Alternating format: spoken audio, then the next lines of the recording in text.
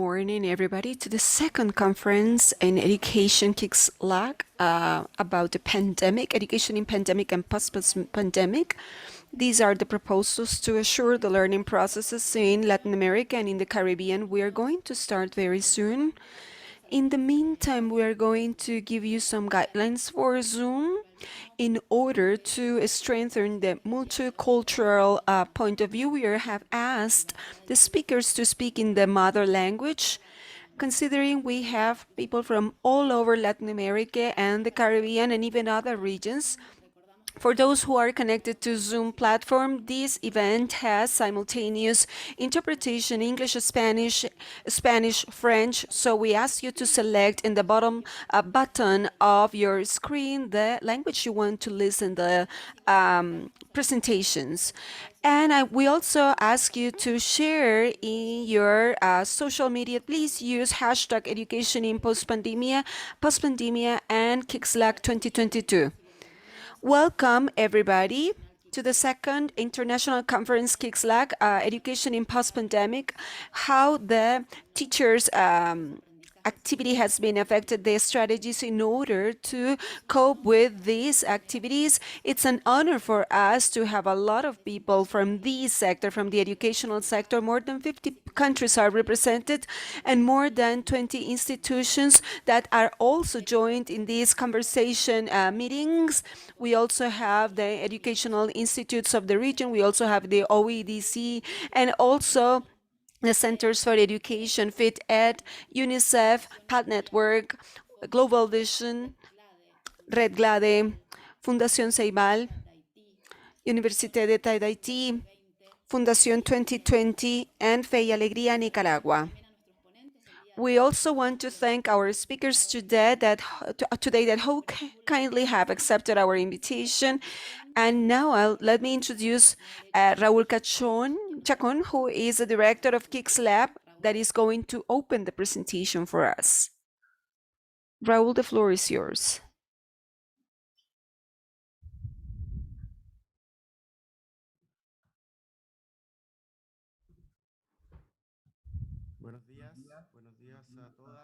Good morning, everybody.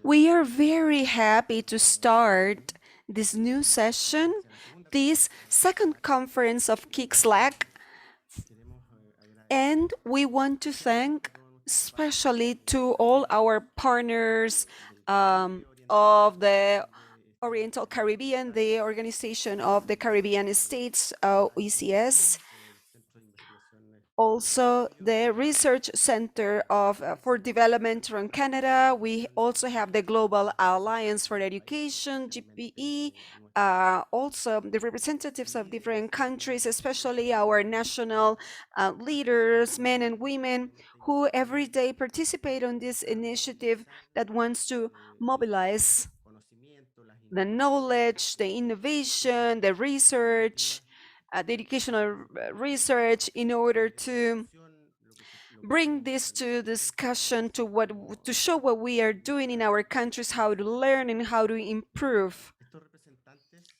These representatives, they come from different institutions, from different education ministries, from different organizations from the civil society, universities, unions. And that's the great diversity that we find in this conference today, where we want to discuss the different perspectives, national perspectives, and what happens in each one of the countries, the regional perspectives that organizations such as SUMMA and today ECS are working on with many of the countries in the educational ecosystems, and also the global perspective represented by the OECD with Dr. Pablo Santiago, who is going to join our conference. I would like to thank to Pablo Santiago, and also we have the confirmation of Professor Daniel Esponda, and we hope he joins us soon.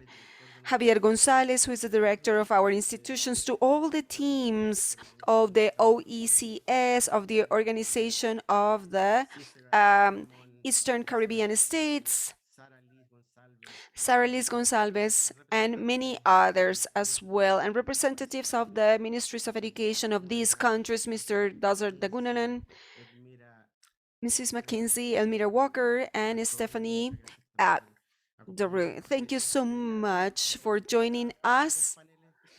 And here we will have two panels. As you know, the agenda of the event is mainly related to a first panel where we will talk about the global and regional experiences in relation to public innovation and all the things that have been done in relation to the gaps closing in the learning processes that our system has recognized. Here we will have the presentation of Dr. Javier Gonzalez and Paulo Santiago as well.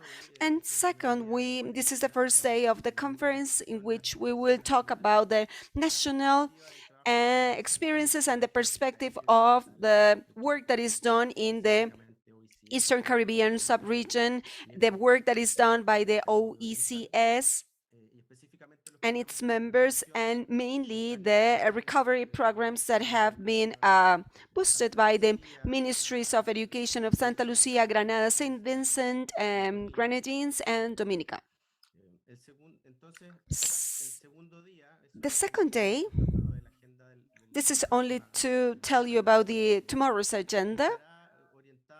This will be focused in the work and the practical evidence. We will talk about what is related to the learnings of all the projects ecosystem of KIX MELTS, as Soledad mentioned not long ago, some of the projects that are being carried out, that are being focused in the different dimensions of the learning process, the reading and writing learning process, and also mathematics and the use of data, the use of tutors, the use of information technologies, and also addressing things such as the equality and gender equality in our system and the elimination of sexual violence, among others.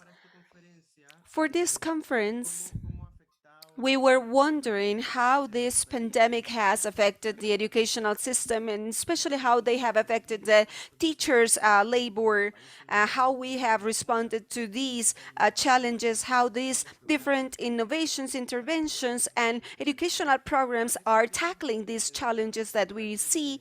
Today, we want to present some of the main results in order to show you the results of the regional survey that we implemented in 2021, and we are about to finish it.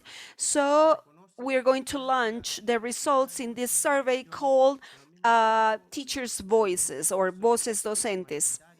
And we see the different trends about learning processes, about challenges, about opportunities that have arisen in these latest months. We have a special recognition to all the teachers from our region who have continued with the educational processes in really, really challenging times that have been affected by the closure of schools and also because of the sanitary conditions or situations. We see in this conference an opportunity to find out about the new progresses and the new challenges that we saw in pandemic, and also to think about new ways of education, new modes of education. How can we think about this in the future in order to consider the global and regional cooperation?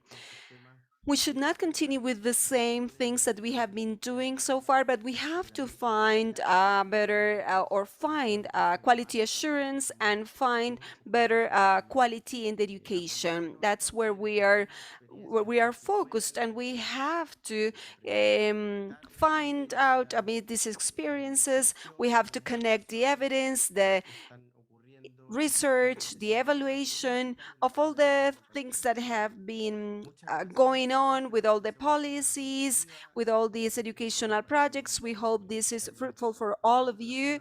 We are going to record this presentation and these 2 days, and you will be able to see this in the future again. Thank you so much.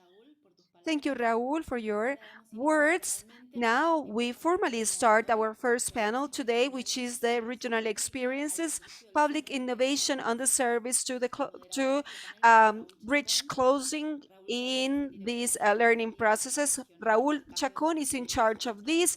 He's in charge of this hub, and he's been working for more than 20 years in the sector, working in the design, implementation, and an evaluation of educational policies, highlighting his labor in education ministry in Chile. He is a sociologist of the PUC from Chile, and he's got a Master's of Arts from Concordia University in Canada. Raúl, the floor is yours.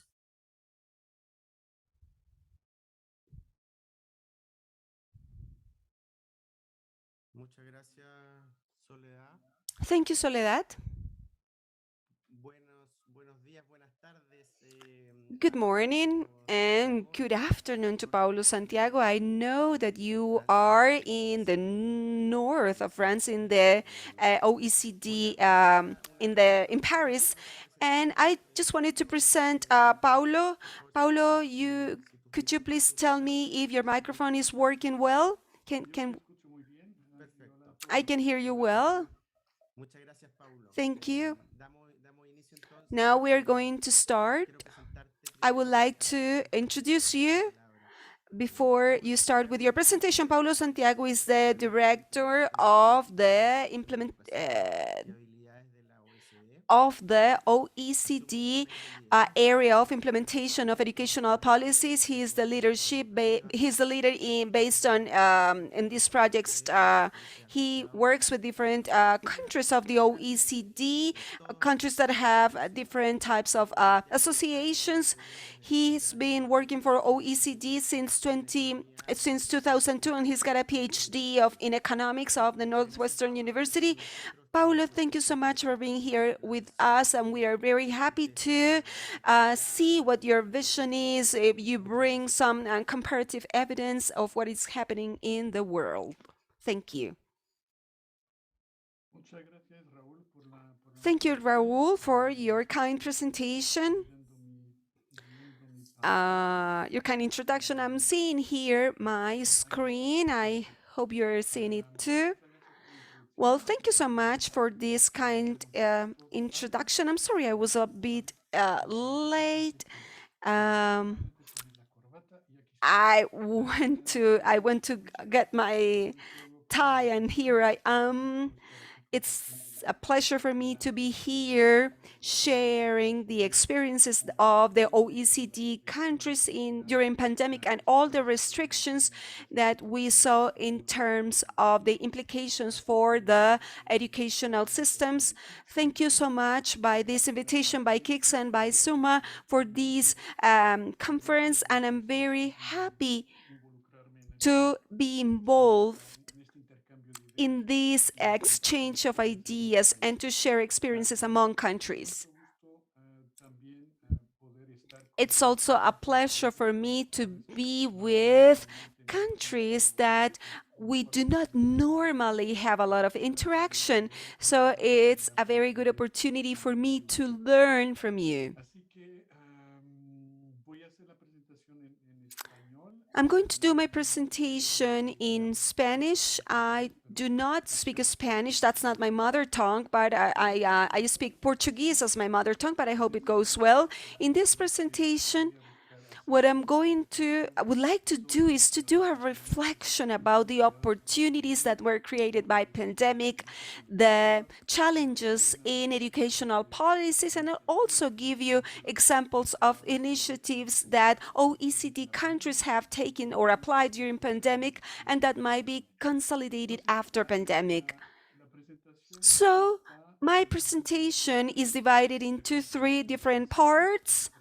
First one is when you have to rethink about the mission of the educational systems, what is the purpose of a system, what kind of skills this system should create, etc. All the things about this educational systems vision. Another second part is to realize about the potential of each student, to assure educational possibilities to all of them so each one reaches their potential. And the third part is about developing the skills in the educational agent, in every educational agent, in particular teachers. So these are the three aspects of my talk. The first one, when you rethink the mission of the educational systems, this has three main components. First one is to rethink the learning objectives. The second component is to redefine the teaching methods implied by these learning objectives, and the third aspects that gained a lot of importance, which is the implementation of digital technologies for learning. In the first aspect that is related to the learning objectives, we have seen there are some trends in the world currently, along with the technological evolution, the labor markets that have changed. So we see also the impact of the pandemic that require educational systems that create new skills to have for this new type of students, especially in the COVID crisis, show the importance of motivation for learning, the importance of self-directed learning, and the configuration of your own educational path.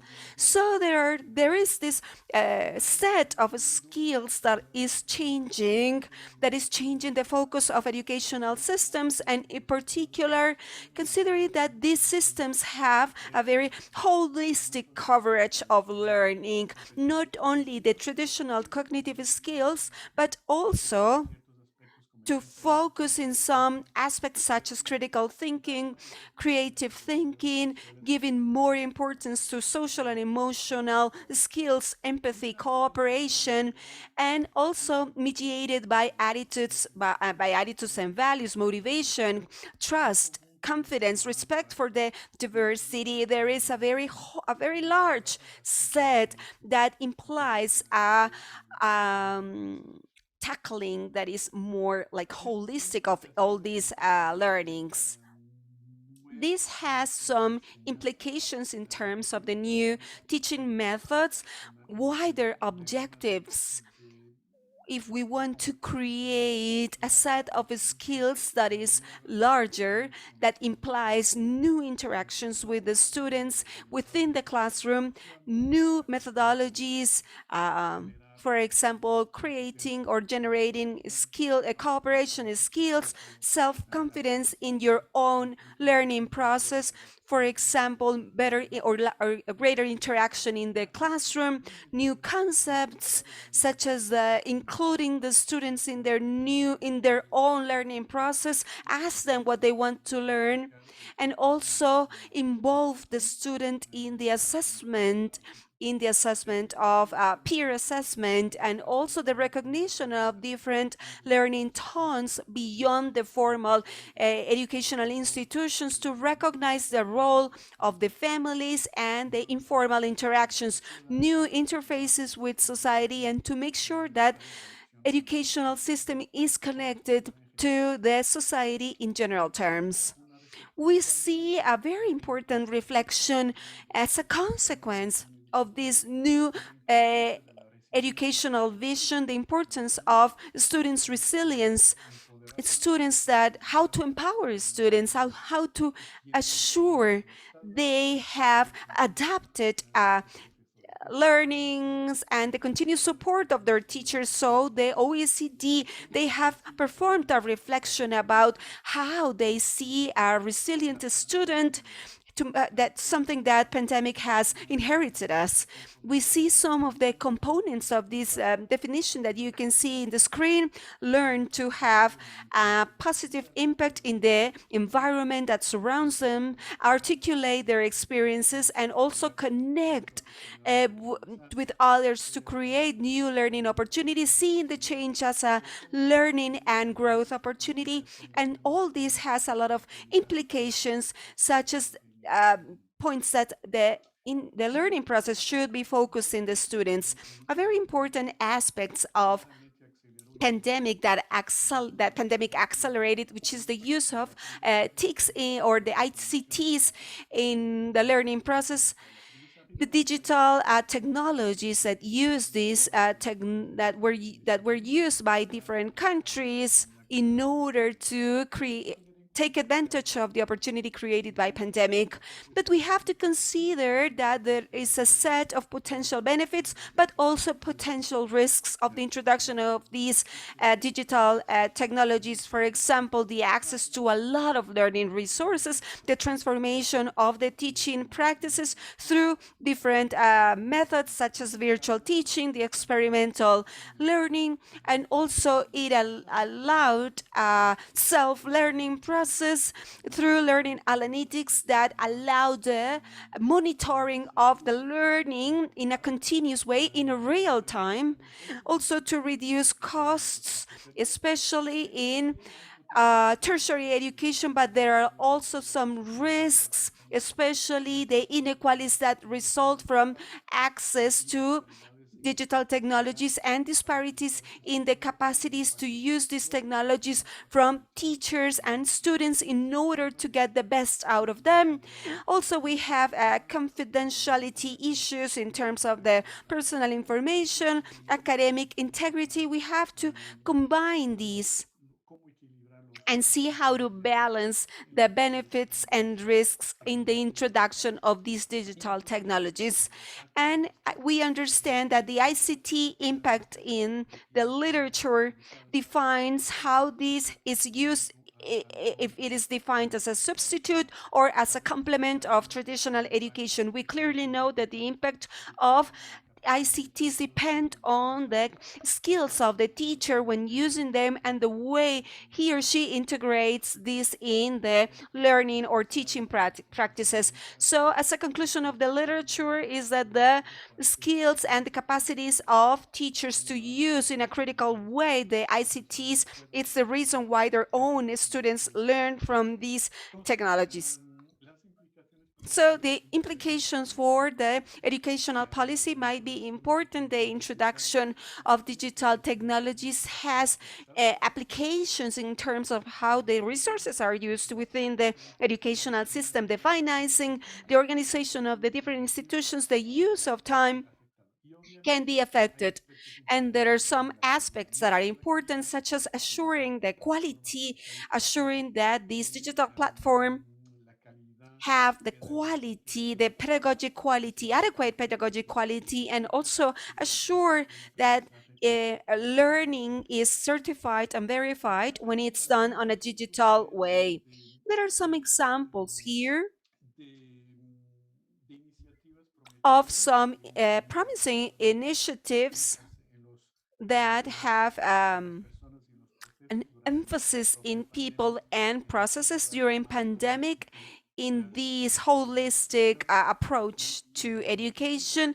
There are some examples here. For example, in Slovenia, the use of individual learning plans where they define objectives for each student after an assessment. The fact that in the French community of Belgium, they have opened networks of actors involved in extracurricular activities with supervised tasks after schools or after class.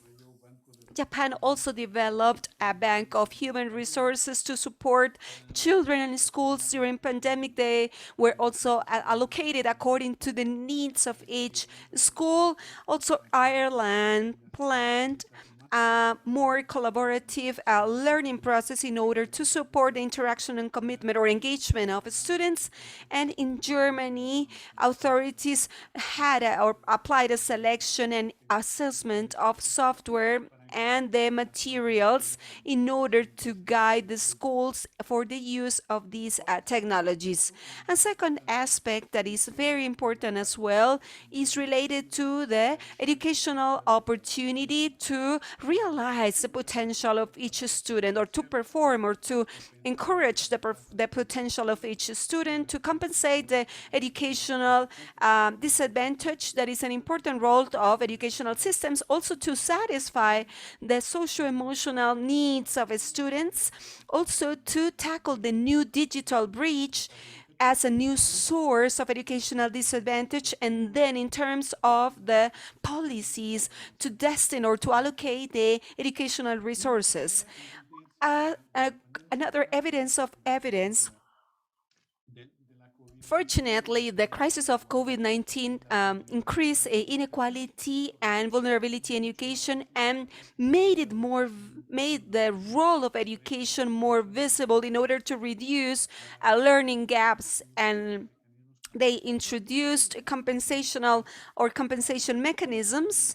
For example, they would allocate more educational resources for vulnerable students, to invest more in vulnerable students, also to have certain interventions in every school, intervene in the first stages of the learning, such as the pre-primary school,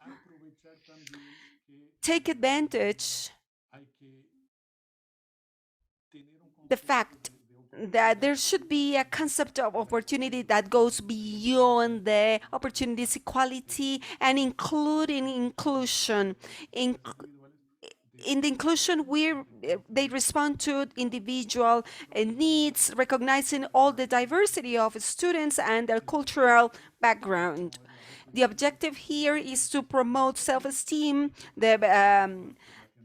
We have an example here with the indigenous populations in some countries in which the national curriculum recognizes the indigenous culture of every country, and those students who come from the indigenous cultures, they feel more recognized in the system, and we consider a more inclusive concept in the education, and many countries are passing through this transition. There is another aspect that COVID-19 has also shown us, is the importance for the educational systems of assuring the welfare of students, the well-being of students that is related to their academic performance. This justifies a more holistic approach on education based not only on the cognitive development of students, but also in their socio-emotional needs. Here we see that this is done through more social programs such as free school or free food at school, psychological support, training for teachers in order to support the students' well-being, school activities that promote a positive learning environment, and more communication with the communities and families. In order to give you an example of data that we saw or we got from PISA 2018, as you know, it's a test for students who are 15 that gives us context information through these questionnaires to the students, to the teachers, to the headmasters. Here we can see that through these students' questionnaires, where they ask about positive feelings, being happy, content, we have seen the correlation of this positive feeling with different aspects of the school environment and the characteristics of students. And as you can see, there is a positive correlation between the positive feeling and the sense of belonging to the school, between the cooperation among students, the parents' support. And here I'm showing you data for four specific countries such as Costa Rica, Dominican Republic, Panama, and Peru. There is a negative correlation with the bullying exposure, which is not a surprise for us. But also in Panama, for example, the migrant origin of students, and in also a gender situation, a negative correlation of the fact of being a girl, especially in Dominican Republic. That's an example of analysis that can be done with the PISA data.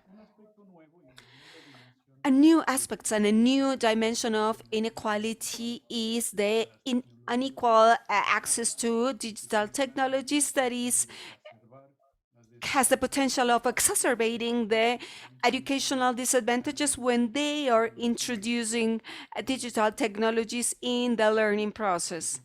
So it is important that educational systems assess carefully the equity implications of the introduction of these technologies.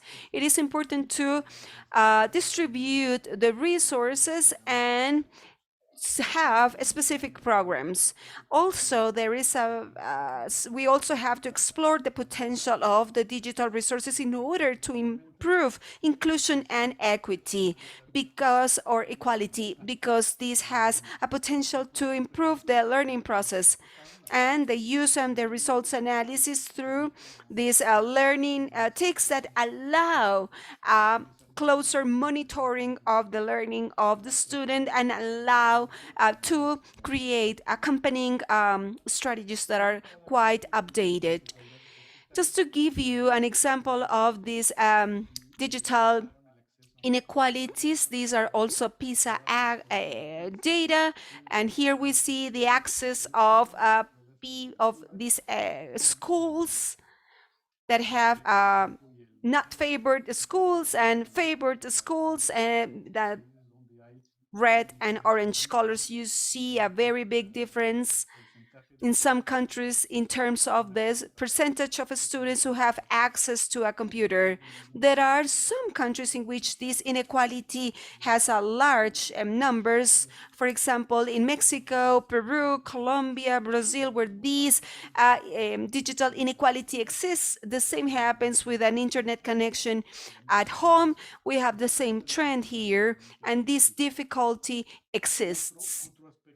Another aspect that allows us to see that these data from PISA is that these school computers in schools that are favored by them or not favored by them. On the right, we see those those countries where they have these computers in different schools. And again, we see a lot of Latin American countries which are on the right side. And here we see the inequalities in terms of the resources existing inside or within the school centers.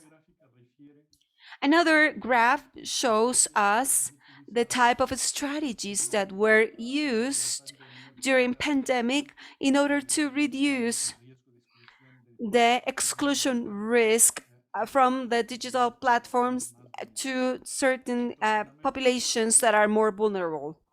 Most of the countries, and here we see the percentage of countries that use certain strategies in order to reduce that exclusion, and the use of grants to buy computers and tablets to the more favorable scenarios, also more flexible platforms.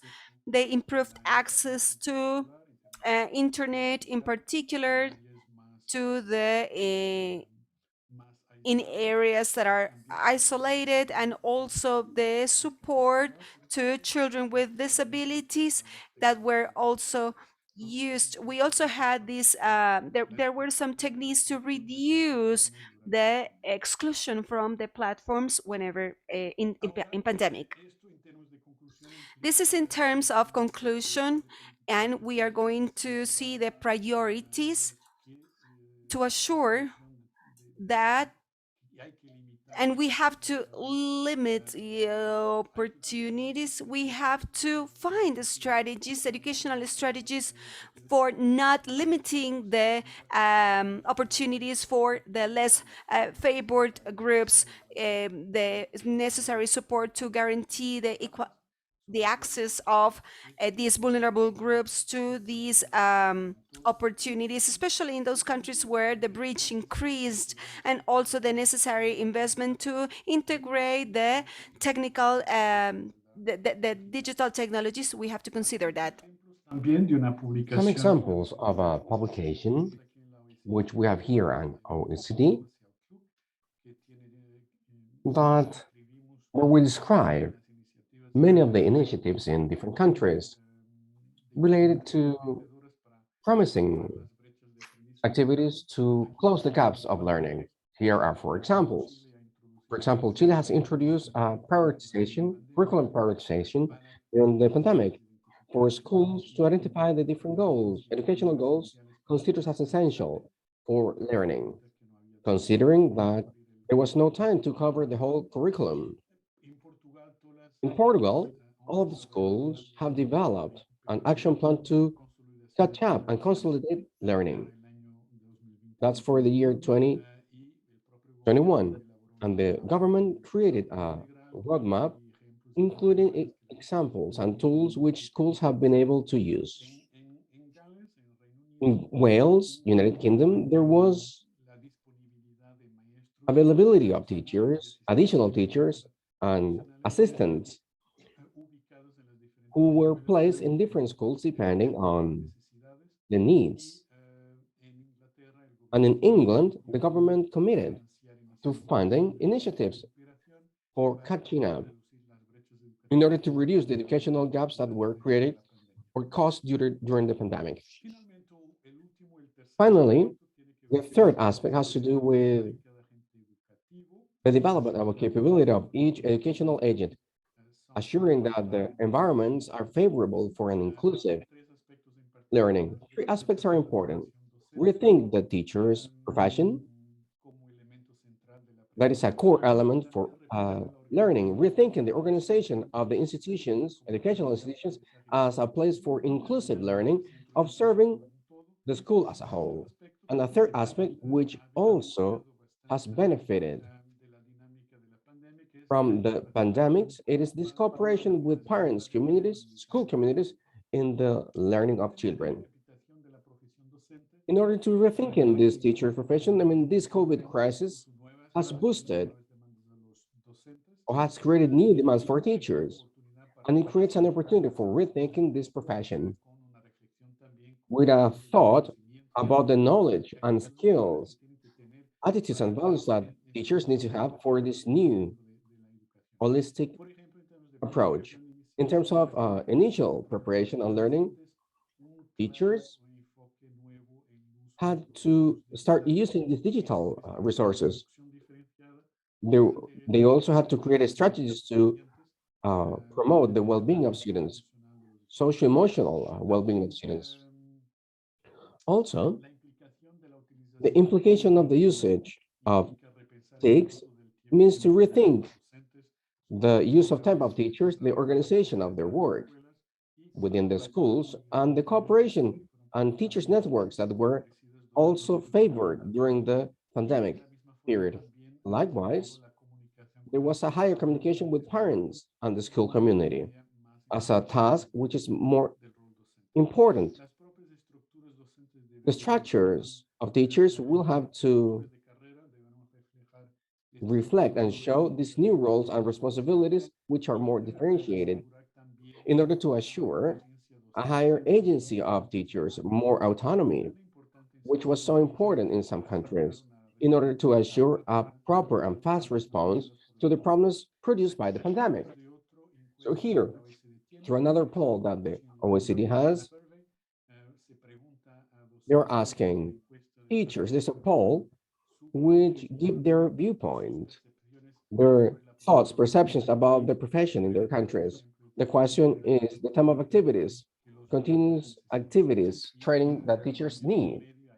And in average, there are 40 countries participating here, there's a big percentage of teachers who tells us that the biggest priority it is improving the teaching to students with special needs and working in a multicultural environment, and also skills, TICs, abilities, skills for teachers. Most of them say, almost 20% say that they need more training here. An important area in Latin America, it is teaching students with diverse, coming from diverse cultures. This is PISA information for 2018. So teachers need to have an ongoing training for this, and they say they need this continuous training in a multicultural and multilingual environment. Brazil, Chile, Peru are countries where that need is even bigger. Something else has to do with how teachers work in their own schools, especially in collaborative initiatives in different centers. And when countries are compared, we can see that many of those interactions and collaborative work, it is not so present in some countries. Over here, we can see in this graph some data from Tali that in many countries, I mean, everything is not done as a team for the class, but in terms of observing classes of other teachers and giving them feedback or participating in some collaborative training practices, it is something that is done in some developed countries, but it is not so developed in some others. Another aspect has to do with the usage, the degree of preparation of teachers for using digital devices for teaching. We can see that over here, the question was in TALES 2018, the question was asked to school directors, principals, asking if teachers had the devices, I mean, the necessary skills to use these digital devices. So this poll was done there in favor and non-favor schools, and there's a percentage in some countries where, I mean, Japan, Ireland, Finland, in those countries, those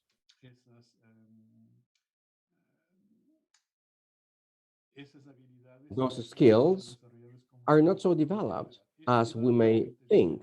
This is, of course, before the pandemic. So we can conclude that it has been seen that before the pandemic, it was the usage of TICs was rather limited. The teachers' skills were, and the cooperation with teachers very important in order to express and for teachers to get properly trained. And it is necessary, of course, to have some promotion to use TICs in a creative way, but this, of course, has been developed much more with this pandemic situation. Digital technology as a support for teachers can be used in many different ways. For instance, for assessing activities in the classroom, adaptive assessment. The next question, for instance, depends on the former evaluation and the former answers. Complex skills assessment using laboratories, simulations, so there's a set of technologies, digital technologies that can use teachers in their assessment in the classroom. And outside the classroom, there are many different activities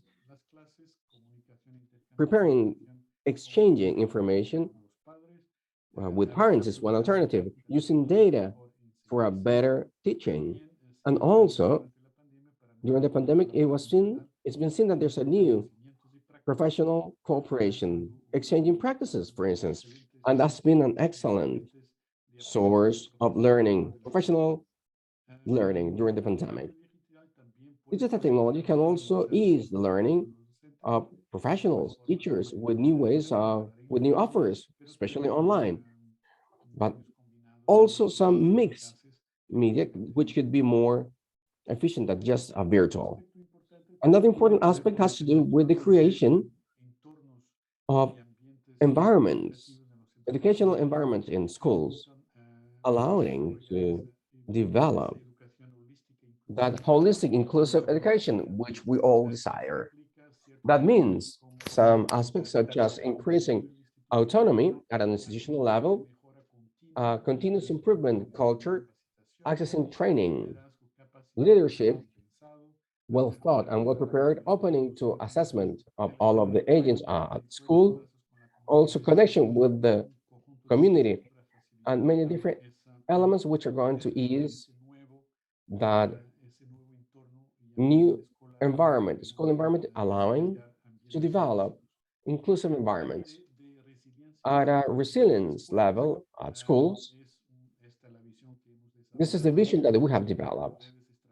There are strategic networks, well-trained agents, an institutional culture valuing people and processes, school agents willing to build alliances with colleagues, families, and so on, professionals cooperating with the colleagues, sources of innovation, schools, which are at the core of a dynamic network, which is collaborative for learning. Another opportunity, which is important, was also setting a cooperation which is more robust between schools and tutors, parents, which are teachers for the learning of teachers. There are many strategies to involve parents, which are being followed in many different countries. Training teachers for supporting families, including the ones who are most, who need it most.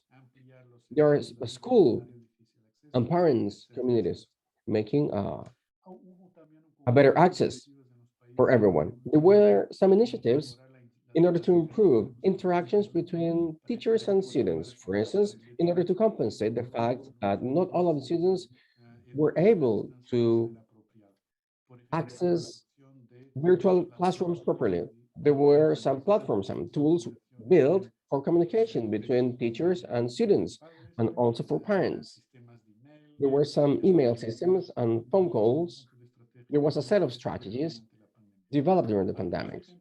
Some examples of initiatives which are promising in order to improve these capabilities of the educational agents, especially teachers. In Korea, for instance, they set an online community of 10,000 teachers, each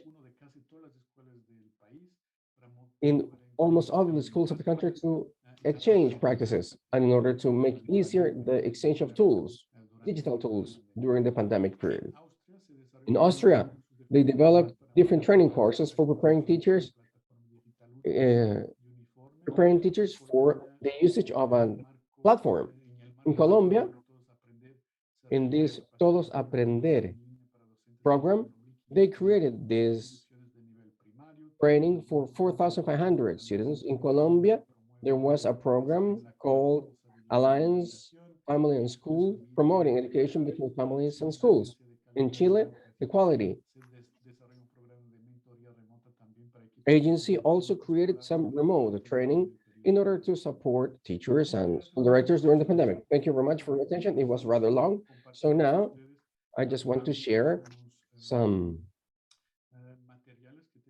material, especially two reports that were the very base of my presentation, where we describe the way in which countries reacted to the pandemic. There are some 40 countries here, and all of this notion of developing the concept of educational systems which give a proper response, which are resilient to situations of crisis and urgency. Thank you very much. And I will be willing to answer your questions in the Q&A session.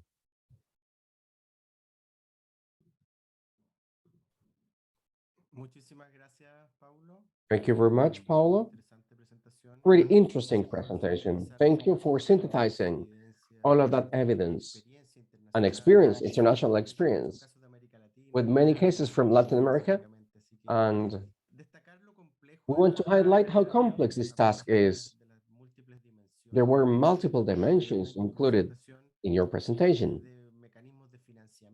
funding mechanisms, access to infrastructure, equipment, and even pedagogical curriculum aspects accompanying different systems assessment.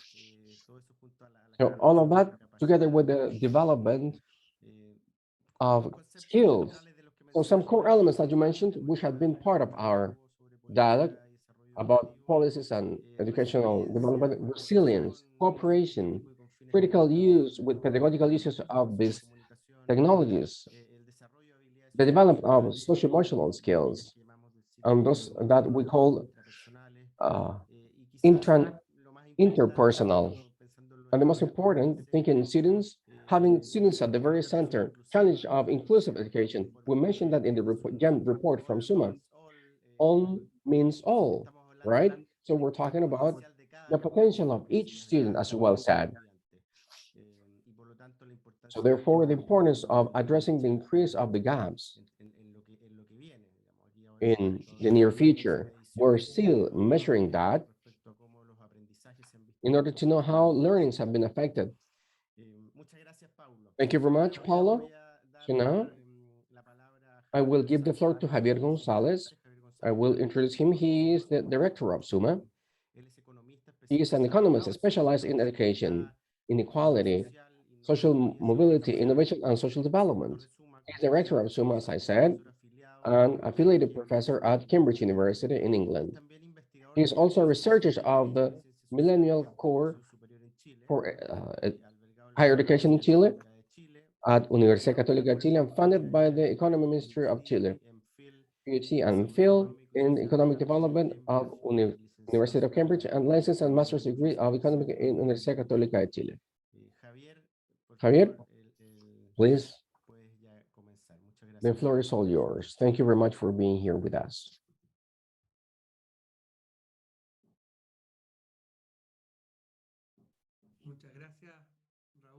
Thank you, Raul. And let me welcome you all. It is my pleasure to be here in such an important forum for the whole region. And I just want to tell you about a regional vision after Paulo Santiago, who has given us an excellent presentation, which opens a viewpoint of what's happening in the world and the importance of the international evidence, compared international evidence. We can learn so much from ourselves as a community, global community. We can also learn amongst our Latin American countries, and of course, we can also learn from countries, in some cases, who are belonging to the OECD. So our topic, it is really important.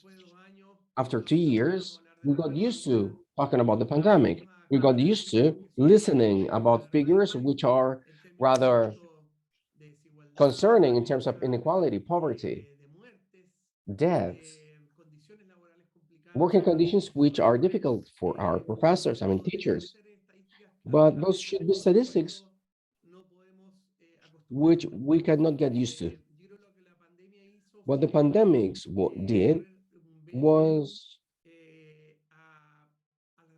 covering or showing inequalities in our region. And unfortunately, what this pandemic did, besides this, making these inequalities visible, unfortunately, it deepened many of those inequalities.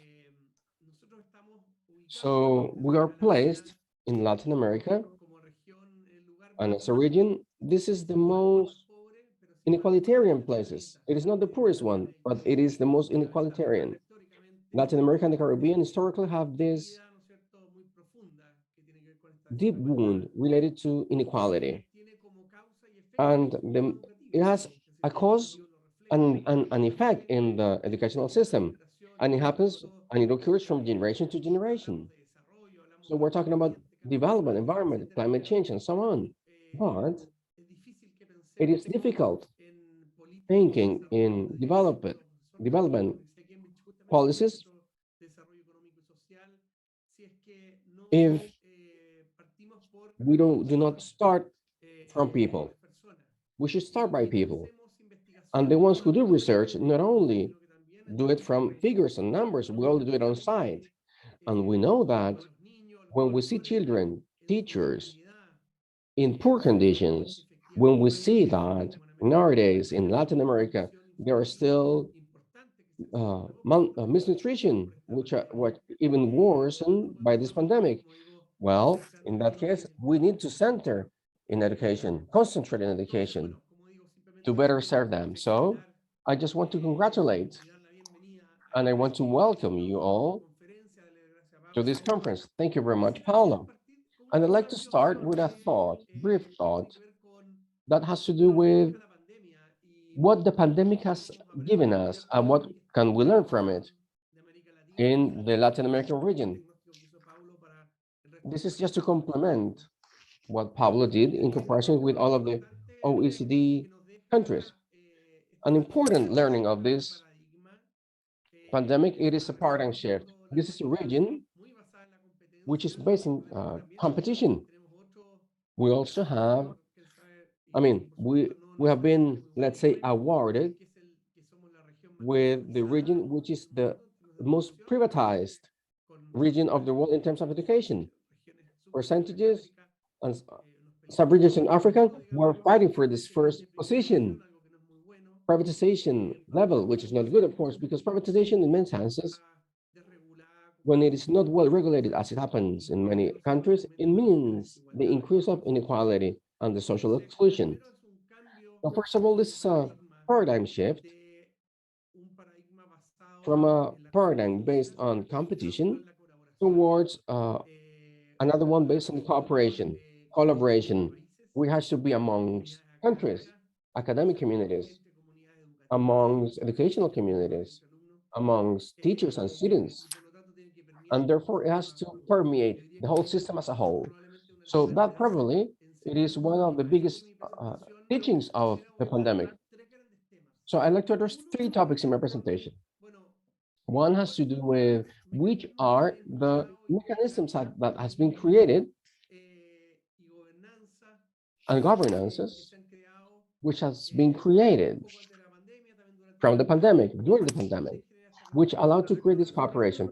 This cooperation does not occur on itself or by its own. It requires some governance systems. It also requires information and evidence, robust evidence about to have as a base.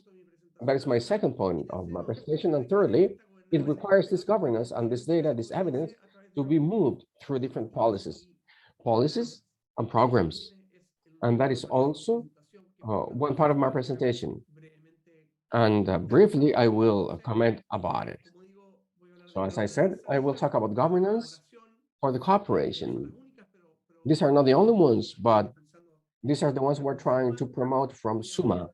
I will also talk about new sources of information, and finally, some policies and programs which want to move this evidence, compared evidence, in order to create policies and practices and programs based on evidence, with a main focus, and this is important, based on principles, normative principles of social justice,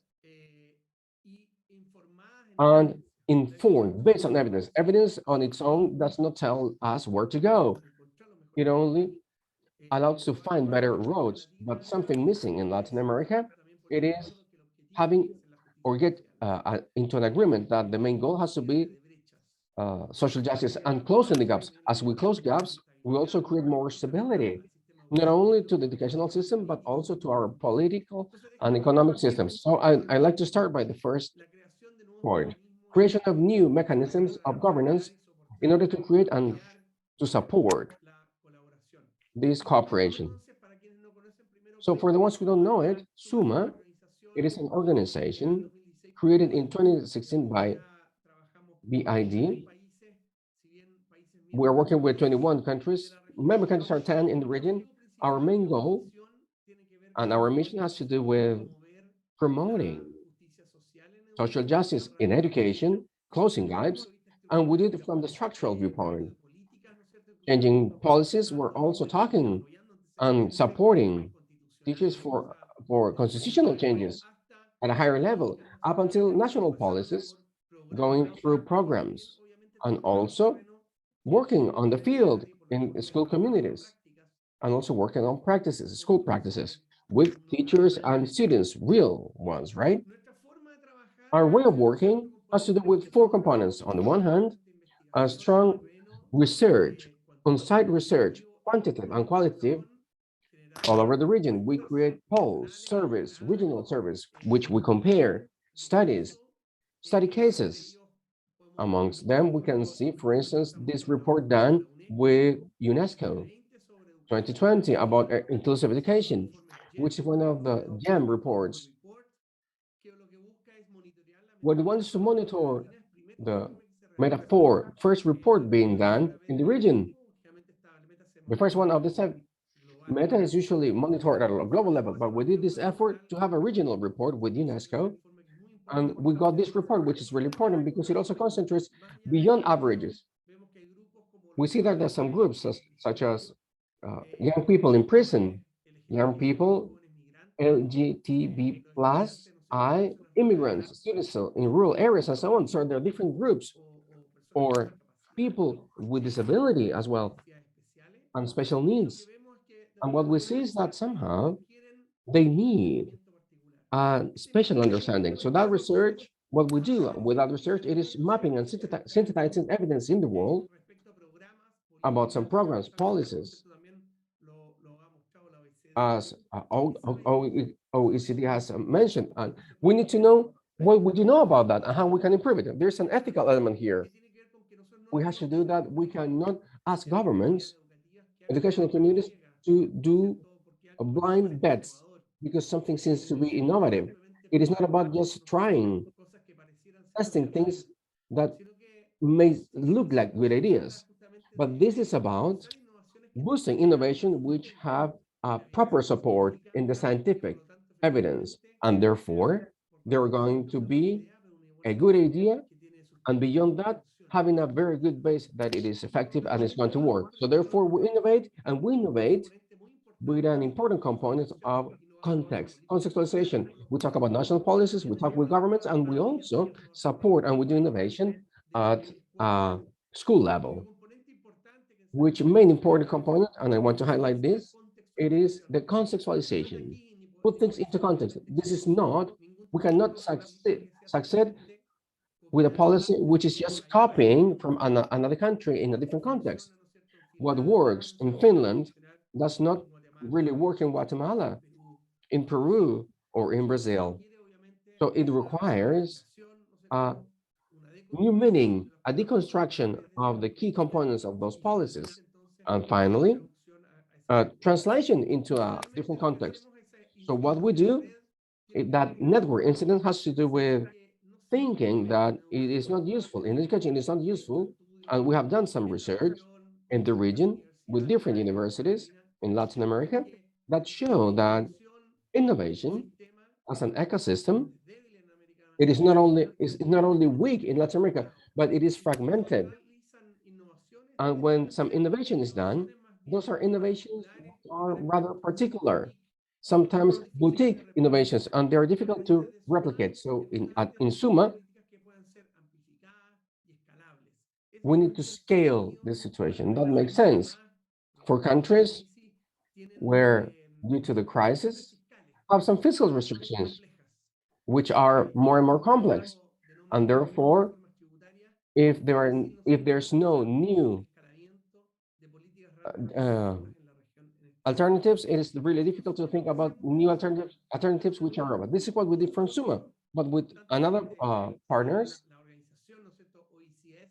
of the OECS Association of the Caribbean, we have also boosted a mechanism which has been created and boosted, and it is supported and funded by GPE, Global Partnership for Education, at a global level, and through IDRC of Canada. There's a mechanism, and what it wants, it is setting a forum, first of all, forum of conversation between governments, amongst governments, so they are from them, not from international agendas, from their own countries, they can define their priorities. From those priorities that we have been working for the last 2 years through this KIX lab, or KIX LAC, which is this laboratory or hub of knowledge, innovation, and exchange. What we have done, it is creating a conversation between ministries, presidents of different academics, school communities are getting into an agreement about their priorities. Once we identify priorities, and one of them, it is how to address COVID, for instance. Some other has to do on how to strengthen education and teachers training. Also, how to strengthen education, public education. We're talking about countries such as Haiti, which are also included in these countries where we're working at, where basically public education does not exist. So how, from those priorities, what this KIX LAC is, this hub led by SUMMA with OCS for the Caribbean and Central America, what we want are real solutions, solutions which are concrete on how to address these three priorities from evidence on how they are moved and how we train people, different how we can strengthen governments and local communities in order to boost these changes. I'm going to give you some examples in the next slides. So I want to highlight that the region in the last years, SUMMA in 2018 and also with GPE that was created in 2020, these are programs that want to encourage governance and cooperation mechanisms. As I said before, cooperation does not come out from nowhere. We have to find the mechanisms. And from this perspective, we have given very important steps, or we have taken important steps in order to create this social coordination, that collective action capacity. It's not only about having mechanisms, but we need information. And today we don't have enough time to share all the information sources, reports, research that we've been doing in the region. Today I want to focus in one that is very valuable, that is a survey that want to hear the voice of the teachers. It's a compared survey. It's the greatest survey existing in Latin America about education and about COVID. It's the largest survey because it includes 21 countries in the region. It's not that they did just an internet survey and everybody answers at home, but this is more valuable than that. This is related to the very close cooperation between SUMMA and the Ministries of Education and KIX LAC that wants to organize these governments. So when working with them, we could make a survey that is compatible in terms of interest, in terms of methodology, and creating just one survey. And that could be sent from the ministries to their teachers via official emails or also via WhatsApp. And it's a very reliable information because these are teachers that are registered in the database of the ministries. And we had the answer of about 200,000 teachers of 21 teachers in some countries such as Ecuador and Uruguay. There are more than 25% of all the teachers from that country, and that's why we are speaking about large numbers. Also in Mexico, 50,000 teachers. It changes according to the countries. It's not a representative survey, but it's a very robust survey that shows data in a comparative way, and that's difficult to find sometimes in the region. And this is a great contribution that OECD provides, that it allows to compare even to our Latin American countries. We go and find the OECD statistics, but not all the countries are members of the OECD, and the OECD do not necessarily respond to the particular needs of this region because it covers other regions as well. So this complements and provides information that is very important for our region. This is a report that will be launched in June. So today I will give you some statistics that we thought were interesting. Just to tell you, this is a survey that covers different topics, not only general, but also particular topics of what happened and what happens in the classrooms in Latin America, told by their own characters who are the teachers, mainly in terms of assessment, in terms of curriculum development and pedagogic practices.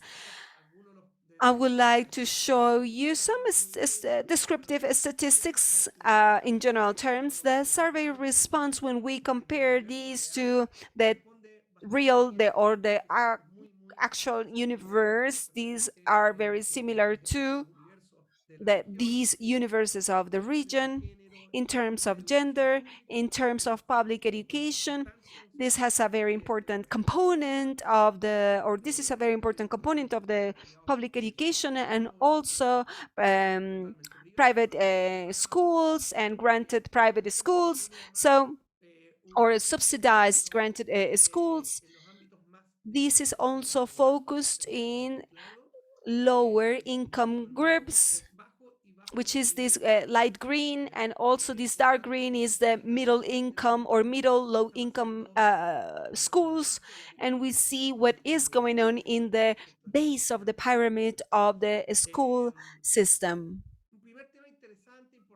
An important topic here is the fact that in the region there was a change, and they passed to the distance education, not only virtual but also physical education. I mean, like teachers who would go to some places to drop some guidelines. There was a chance, there was a resilience from the system to adjust from the in-person methodology to the virtual methodology and to the distance methodology. We see the different systems. Nicaragua, that didn't close their schools, the system was in presence, but most of the countries applied in distance education. If we see the average, the sample average here is the average of all the countries. We see 73%, it's a virtual, and 5% is in presence, and the other percentage is hybrid. So there was an important change. I can also show you here the statistics when teachers were asked how they saw the exclusion risk, the social exclusion risk. Remember, the region was performing a very important effort in terms of inclusion, reduction of the dropout rates, but there is a reversion or of these statistics, and 56% of teachers observe and state there is an exclusion risk among their students, students who they haven't been in touch with, students who haven't returned, and students because of pandemic started to work. There is this risk of exclusion that is very important. Also about some delays or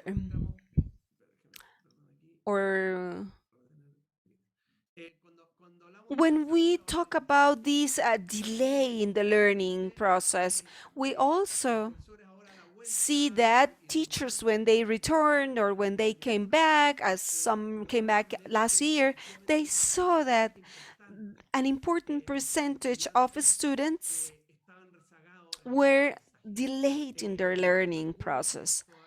Some, the ones that have the lowest numbers here are the ones that saw that all students were delayed or were, if we see this light gray here, that between 80 and 99% they were delayed, and even to the blue, to this dark blue, or even this to this green, more than half of them were delayed.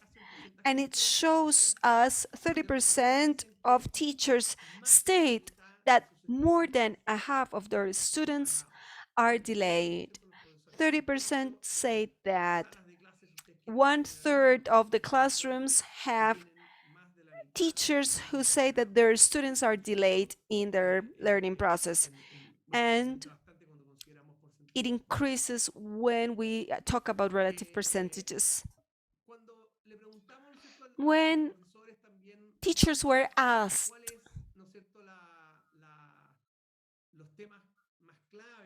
about the key topics, the main difficulties their students had in order to receive or to have the access to education, again, we see something that is really impressive when we talk about the artificial intelligence, we talk about the future age, but for the region, the internet access is still an issue, and we see that the connectivity to the problems, the lack of resources is an important topic. When we divide this into the socioeconomic level, we see a large difference between students of high income and low income homes. And this reminds us that one of the main challenges of our region is the inequality. So by percentage, maybe we could say that this is a minor, maybe this is only a matter of technology, of access to internet. There are some other topics that are not mentioned in other surveys, but this is related to the family violence situations. 12% of students seem to be exposed to an important vulnerability in terms of their own safety. And this is also seen in the UNICEF data that also confirms these statistics, where there was an increment in the intrafamiliar violence because of the conditions, of the physical conditions of the houses, the stress, and all these other variables that affected this, but also show that the increment of the intrafamiliar violence mainly affected minors. This 12% is not something that this should be a scandal for us, because it's related to the basic human rights of the safety of every child, but also it calls our attention the lack of motivation or depression. In Latin America, more people, more young people and children die because of suicide rather than by homicide. In the region, we talk about homicides. On TV, we are used to see this news, very complex news in terms of safety, in terms of crime, but it's much more relevant and important for this age group, this topic about juvenile suicide. And school has an important role to play there, and this pandemic has hit all the socioeconomic levels. We don't see any difference in them because it affected the socialization of these young people, their safety as well at home, and also the possibilities of mental health conditions may increase that also could lead to suicide. Very shortly, because of time, I have to go faster. There are some interesting concerns here, or we see that teachers in their personal concerns, they talk about when we asked them about these, they talked about their own health, the health of their family, but also when we ask them about the excessive amount or excessive workload, it seems women have a higher excess in their work. There is an emotional like wearing, and also when we talk about the time distribution between home activities and labor activities, it shows that women in Latin America and also in other countries have assumed a greater importance in their homes and in the work at home, and that affects the perception of their work.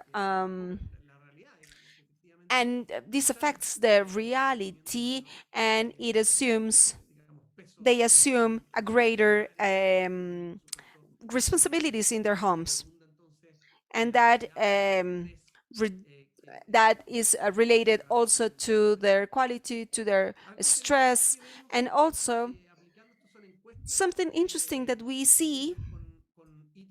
This is related to some items applied in Europe and international surveys. We see that with some teachers, there is, with the teachers, there is a positive satisfaction.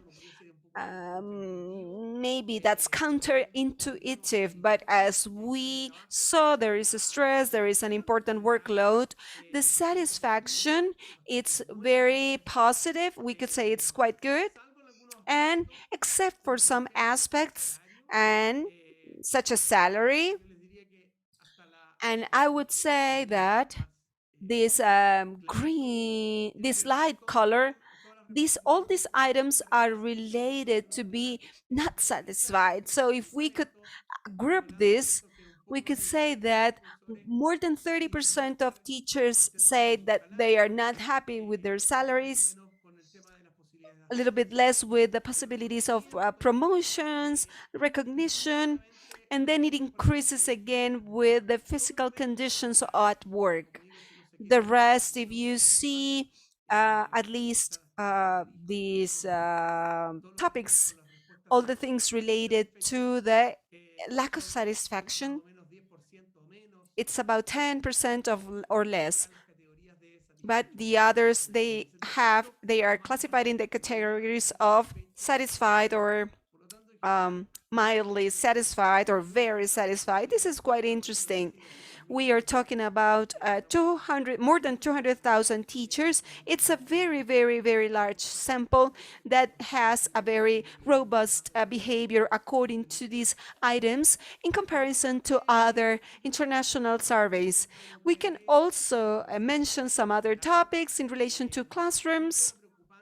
Something that raises a concern is how exposed students have been to the curriculum. Students cannot learn if they haven't even seen the contents of the curriculum.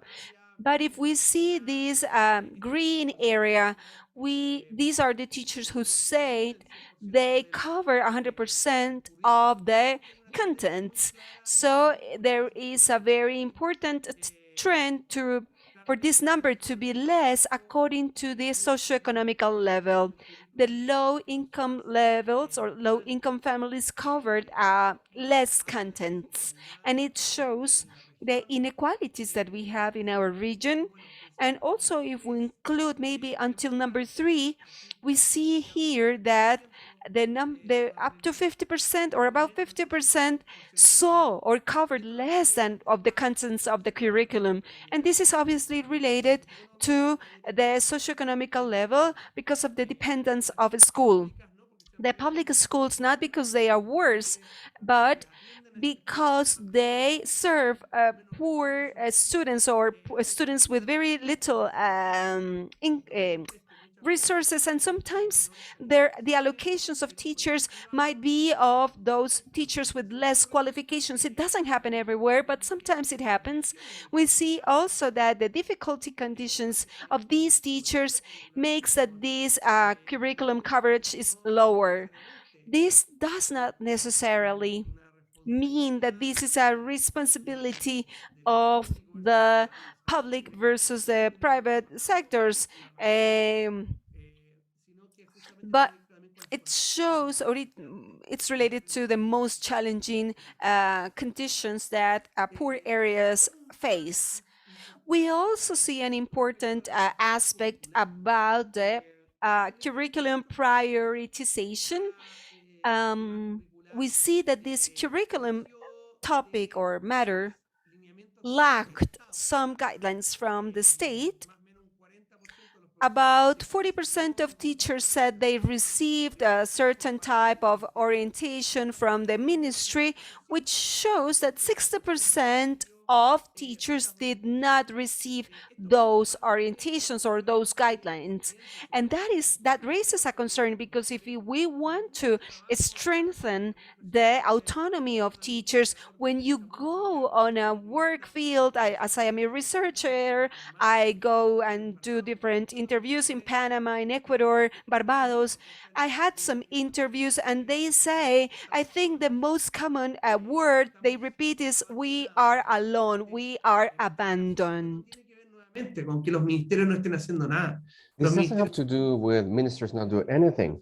In most of the cases, ministers are doing the most they can to support teachers and schools, but it is not enough because of the resources which are allocated,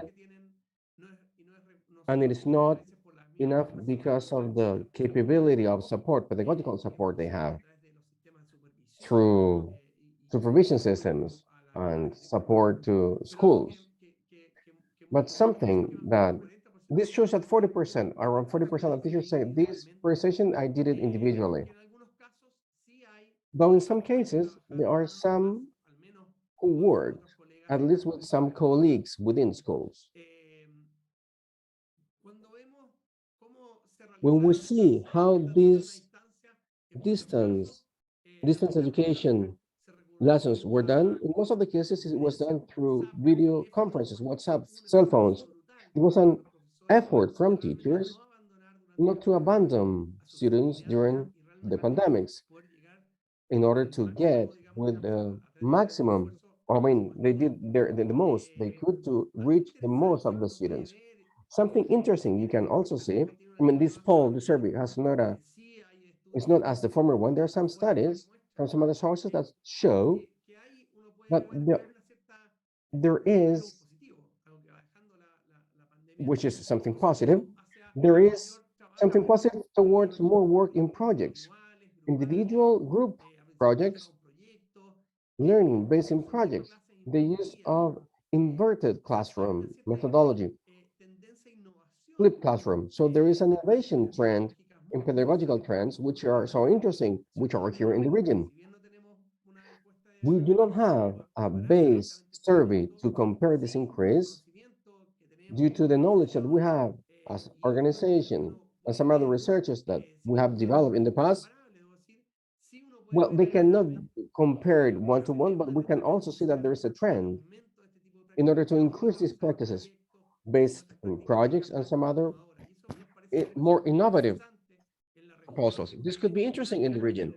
This pedagogical shift, which was boosted or it was connected somehow and promoted by this pandemic.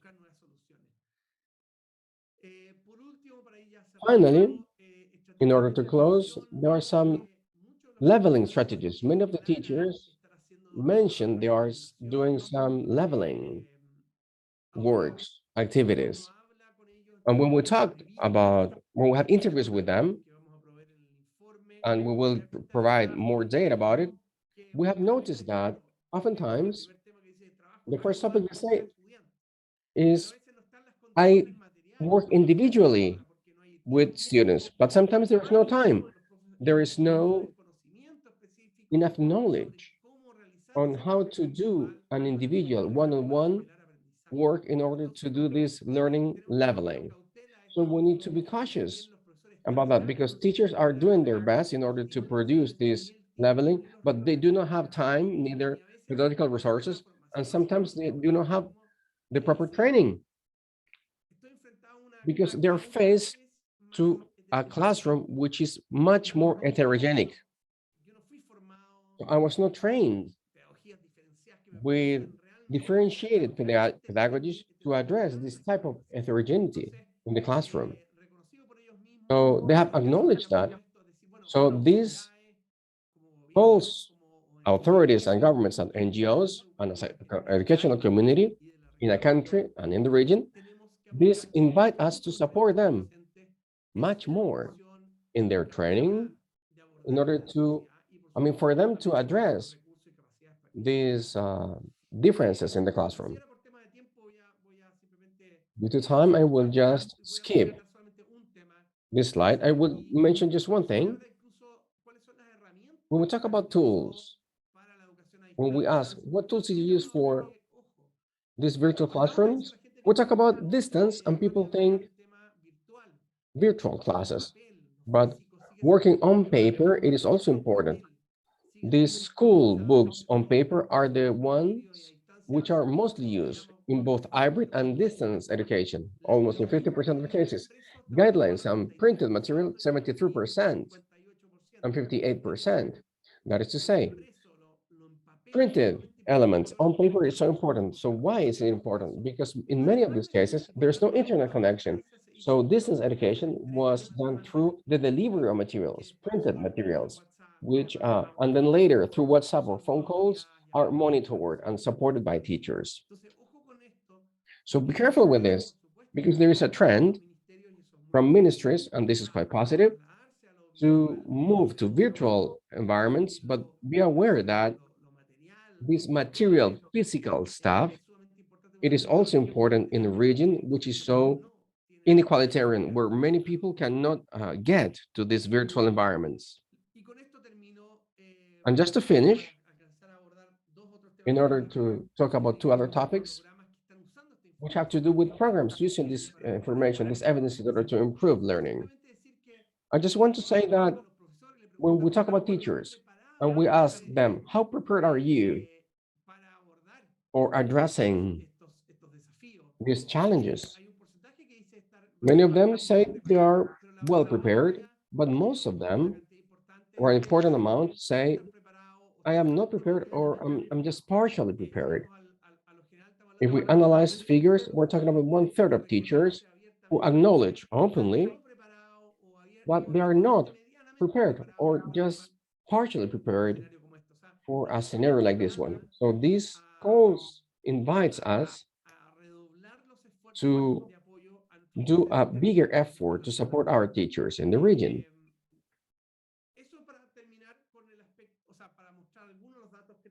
There, we're sharing some of the data, which is going to be offered in the regional report, where we can compare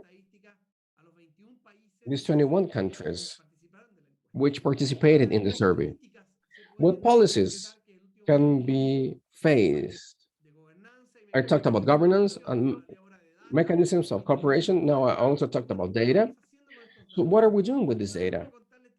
Let me tell you about 3 programs that we have boosted in the region from SUMMA and also from, as a leader institution of KIX, we have also promoted this in the region. One thing has to do with initial training. This initial training,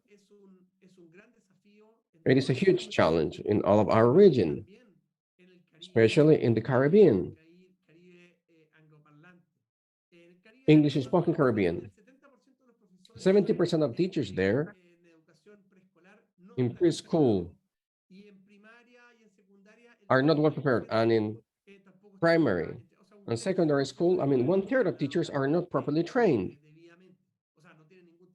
They have no training at all. They leave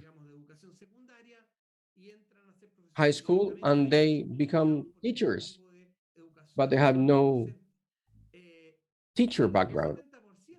The other 70%, which is trained, it doesn't really mean they are properly trained.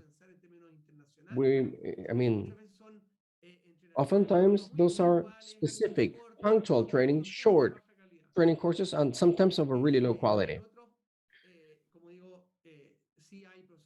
In some other cases, there are teachers with a better training, but this is a huge challenge according to statistics. So that's why we're working together with University of West Indies, the main one, training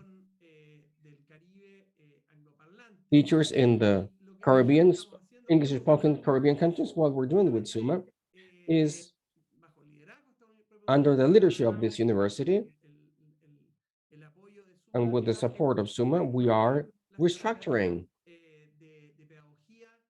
pedagogy courses, updating them in comparison with what's a good training curriculum for good pedagogical practices related to higher exposure from day one to the classroom, with a main focus on social justice, a focus on differentiated pedagogies and so on. Many different topics which allowed us to, starting from the evidence, then changing how these teachers are trained. It is important to mention that this university, in around 10 countries, is almost a monopoly in training. So this, what it wants, it is changing these teaching methodologies in these 10 countries. And that means that in 10 more years, we will be changing around 25% of the stock of teachers in the Caribbean in this new type of education. So what I mean is that it is possible to act on the teachers' training in a fast and powerful way, especially when we're working with institutions which are committed, such as the West Indies University. Another example of what we're doing with Honduras, we have been working for the last 2 years in a program that what it wants is how to improve teachers' training using TICs, not for them to be used, but through TICs, through technology, in order to improve teacher training. Well, in YouTube, in Google, all of the information is there. There are different types of videos, information. Why should we go deeper on it? But we know that training teachers, it is much more difficult. And there are some strategies, models, pedagogical models, instructional models, which work better than others. So, with the support of IDRC, we have been observing models in India, Philippines, England, Open University, and so on, from different countries all over the world, in order to get the components, the elements which produce a change in this teacher training. And we have got to a model based on evidence, because I mentioned that it is important to innovate, but based on evidence. And this has to do with a model that what it wants is working both online and offline, because in Honduras, there are some sectors which do not have internet access. And what we do, and what it does, is it is a hybrid model. And secondly, it is strongly based both in synchronic sessions and also learning communities, where this is discussed and they give a new meaning to this content of this type of courses. So we are getting, and this is the important thing of innovation. This is an innovation which is rigorous, strict. It is not just a good idea. This has several processes of field test, assessment, field test once again, adaptations, conceptualizations to Honduras reality. And finally, a program that we're now implementing together with Panama, led by the ministry and the education ministry there in Panama. It is this national policy of recovery, socio-emotional recovery program, PRISA in Panama. We want to move evidence in order to support our teachers. You can visit it. This is a web page from the Ministry of Education in Panama. This national policy, it is based in the work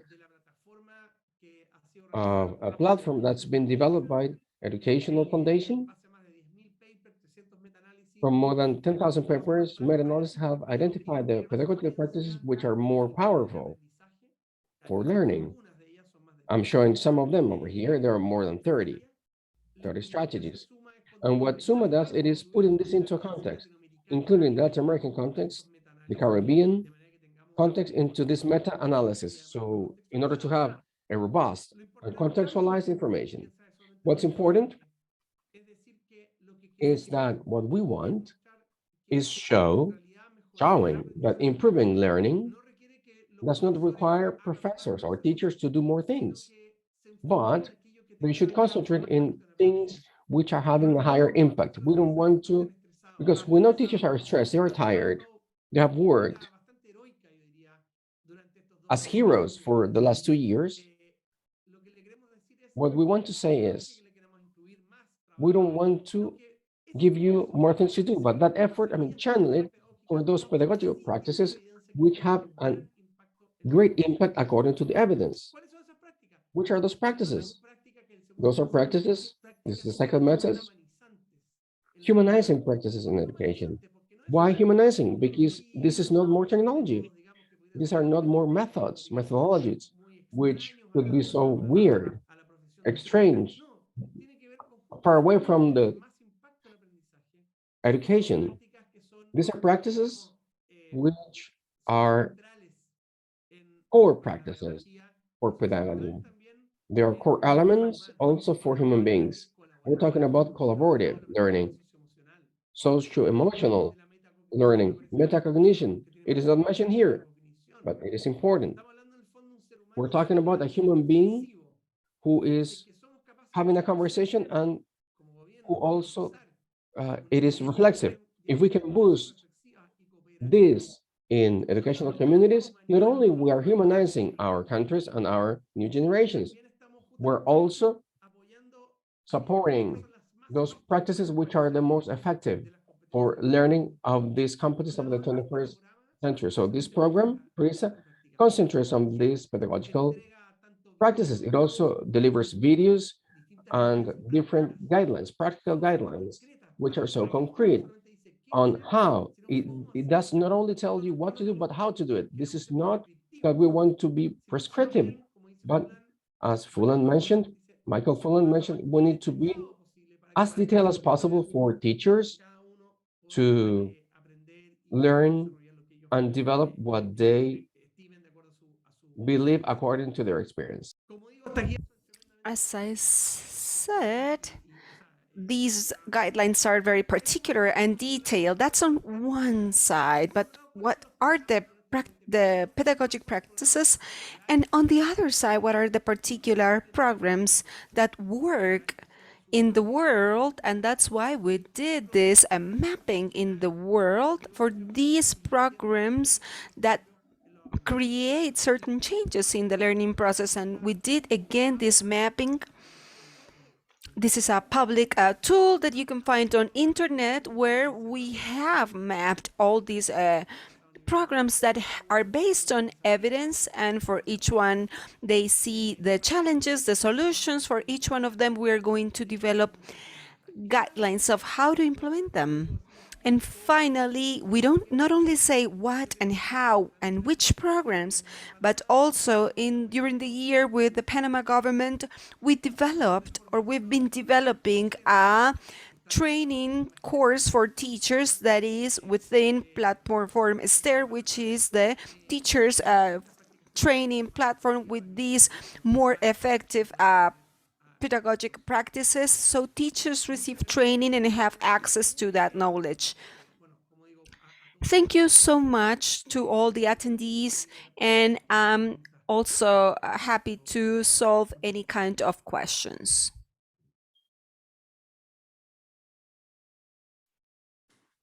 Muchas gracias, Javier. Thank you, Javier, for your presentation. Very interesting.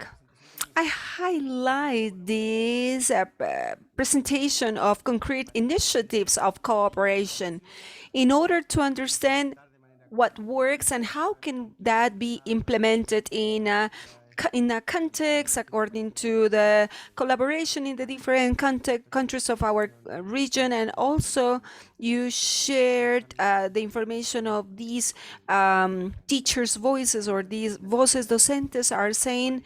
And also here we see very relevant aspects in terms of the violence in the homes, the dropout of the students, or desertion of the students, and also the possibilities of cooperation that are highlighted as well, not only at an international level, but how our teachers highlight that there is cooperation to face the challenges and the different situations that we have faced in this pandemic. Cooperation among teachers and the headmasters or the directors of schools. Unfortunately, the Minister of Education of Honduras is not going to be here with us because of an emergency he had to attend, and we're going to have a conversation with Paulo and also with Javier, so we can respond to some of the questions. We are trying to synthesize some of the questions, and we are also going to talk about the comments that were written in the chat. First, I want to ask two punctual questions, recognizing the negative impact of pandemic in the economies in our region. How do you see the need and the possibility of prioritizing the multiple challenges that exist in the education sector, from the funding point of view, from the investment point of view, that we don't want that to decay?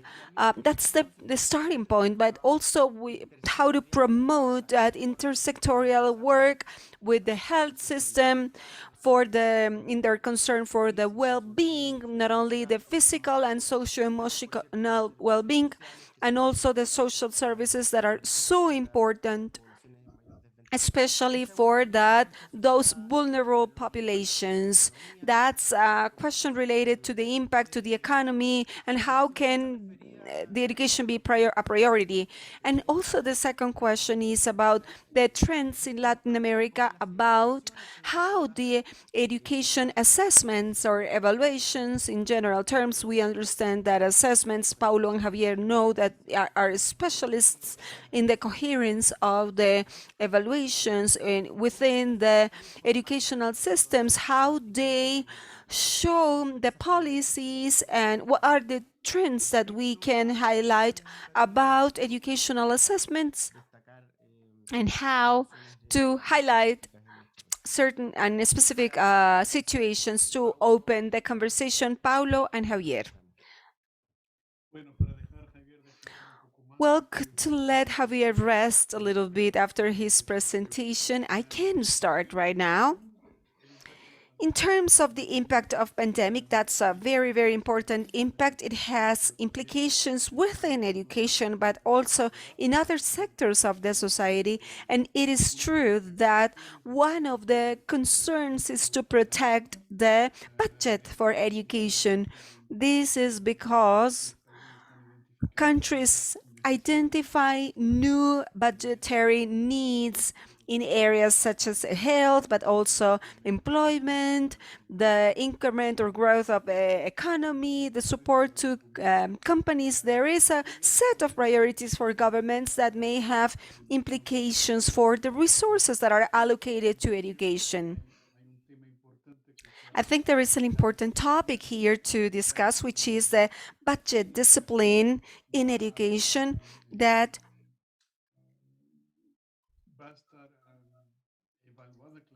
will be clearly assessed by the central governments, and there will be the need of using resources in an efficient way, justify the resources that are going to be invested in education.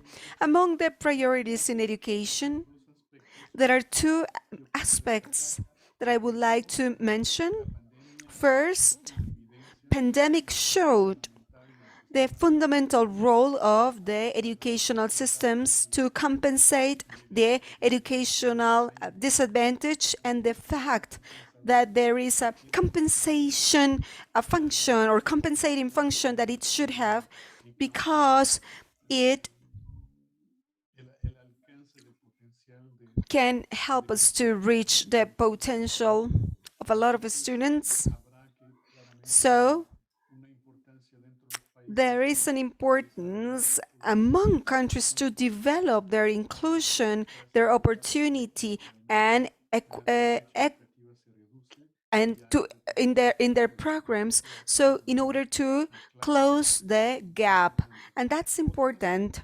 And another aspect is also to invest in the capacities of the educational agents, because what we saw in pandemic is that the schools that responded in a better way were those systems in which there was greater autonomy at a local level, there was greater capacity at a local level to respond to these immediate needs where the central support didn't come on time.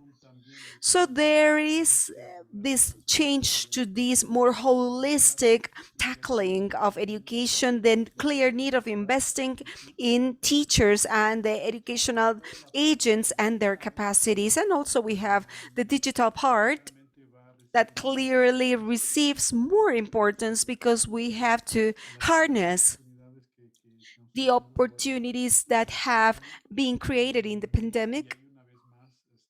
And one more time, or once more, that this is connected with the development of capacities at a local level. So this is for the first question. For the second question, about the assessment, also it grew, its importance grew with pandemic at levels of the system in order to monitor the educational disadvantages, which is a priority. Another aspect is to evaluate the effectiveness of certain initiatives of policies and programs,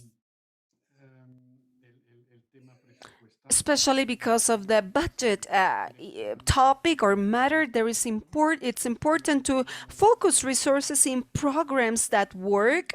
And also I would say that in terms of the assessment functions at a local level, at the students level, the clear reinforcements of the formative evaluation in order to report the development of the student. So we should have a better capacity for the formative and diagnostic evaluation from the teacher, and use this capacity to help in terms of pedagogy that is differential and that is adapted to this.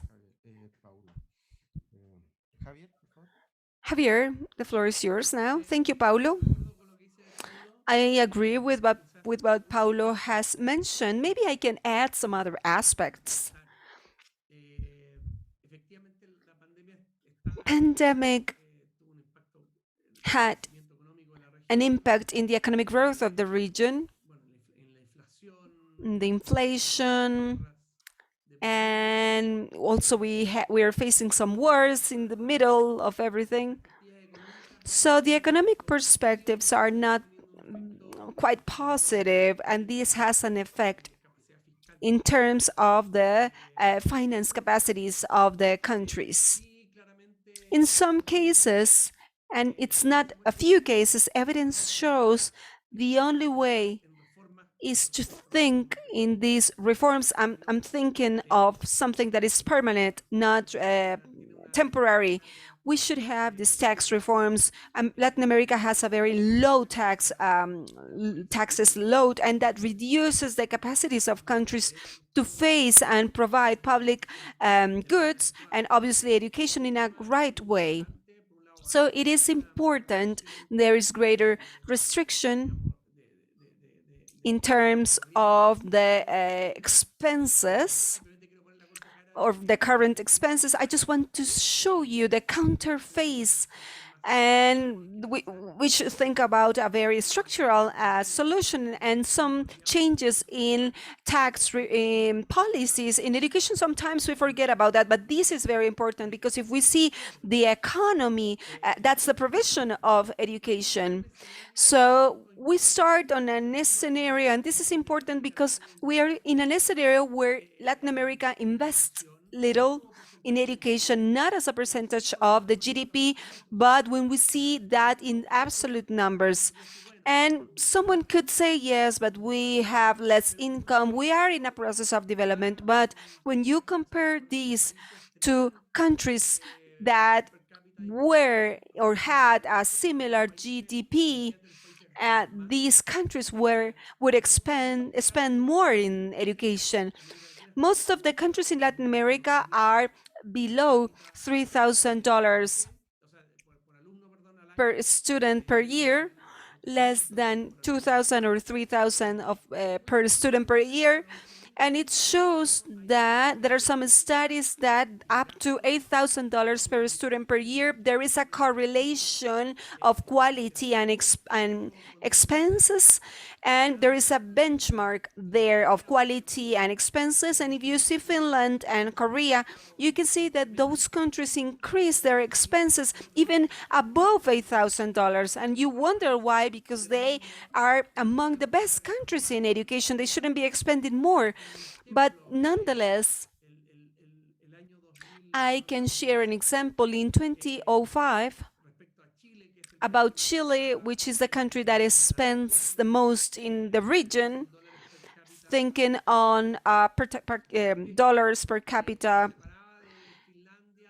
that the difference between Korea and Finland would be $3,000 per year per student. But 15 years after, that difference had increased in $5,000 or $5,500.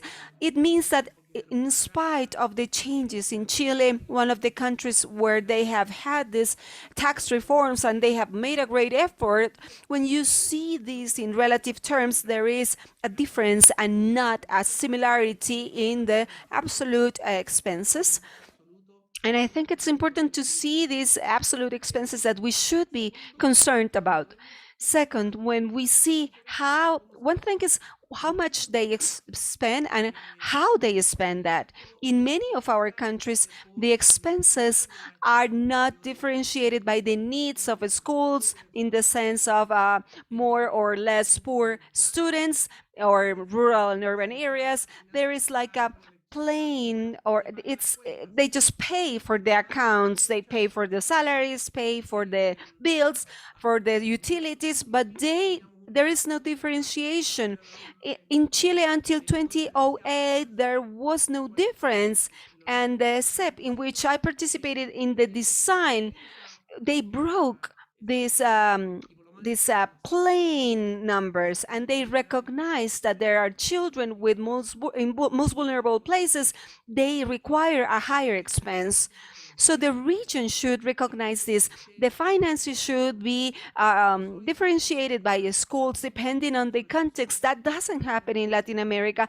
There are some exceptions in this continent in which they invest in a differentiated way.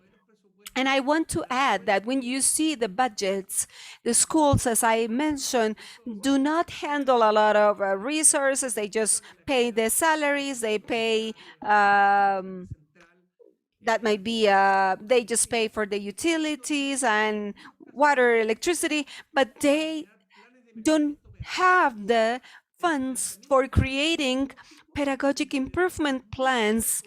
This does not exist in some countries. So it means that they finance education in terms of what they need in terms of salaries, utilities, but that's not financed to have a specific financing on the improvement or about improvement. That's something that school communities need. They need this support, they need this consultancy work.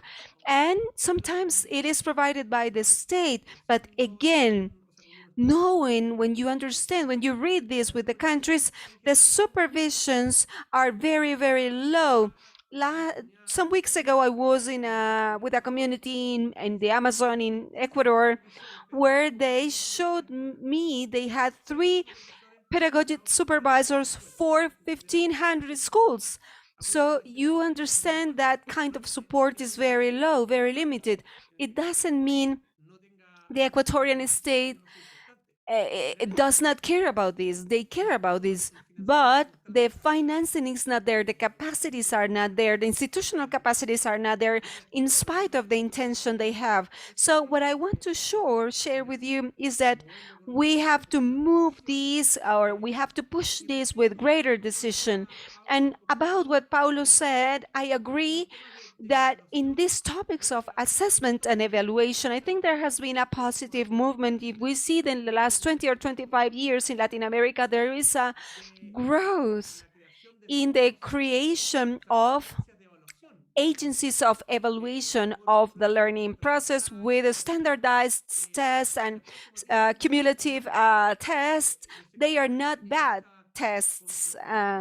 There is a lot of controversy about this, but the test is how do we use those tests? If they are used in a context in order to punish the school communities that are doing whatever they can, but if those accumulative tests are used for channeling and allocating resources of pedagogic support, that is important. So what the region has done in these last 25 years is to progress in this time of tests, to create these institutions. That is positive, but something that is negative is that it didn't progress in the balance between this summative or accumulative evaluation with pedagogic supports. I think this is important to see. It's not about having better evaluations, but what happens if I don't do anything the next day, the following day? What has happened in Latin America is that we have evaluated and we come back 1 year later and again things go wrong, and then I disappear again and until I get the evaluation. So we have to find this support. In this sense, pandemic has triggered an important change of going to the accumulative to the formative. So there are a lot of evaluations that have been developed from the central governments to support the formative feedback of the teacher and the student. That is a positive achievement in pandemic, in which they have stopped with the accumulative tests and they have given more space to the formative feedback, continuing like providing training to teachers. I just want to finish my presentation saying that if we do not support teachers, I'm saying this from the institutional point of view, with vertical and horizontal systems that create learning communities, it would be very difficult. Teachers are alone. Teachers do not have the capacities to face this difficult reality, and if we do not support them, we face this crossroads, as Rafael Carrasco mentioned, who is one of the underdirectors of SUMMA. There is a great difference between autonomy and abandonment. One thing is to provide autonomy to the school communities, and one thing is to abandon them. And in Latin America, we have understood autonomy as abandonment, and that's what we have to change. Muchas gracias, Javier. Thank you very much, Javier. Due to time constraints, we'd like to we have to stop. We will make some comments in order to reinforce some things. There are many comments here in the chat related to the importance of accompaniment. I mean, what Rosemary has just mentioned. But Herman from Nicaragua is also reinforcing this concept of cooperation, collaboration, and thinking about cooperation and collaboration, those concepts, how they contribute to the social economy, solidarity social economy. Roosevelt from Honduras, from Pedagogical National University, also associates this with research, interventions, educational interventions. How can we make them concepts which are relevant for what we're doing? Same situation on having this conversation and thinking about this, about the skills of the 21st century. Finally, there are two questions in the chat. One about inequality, digital inequality.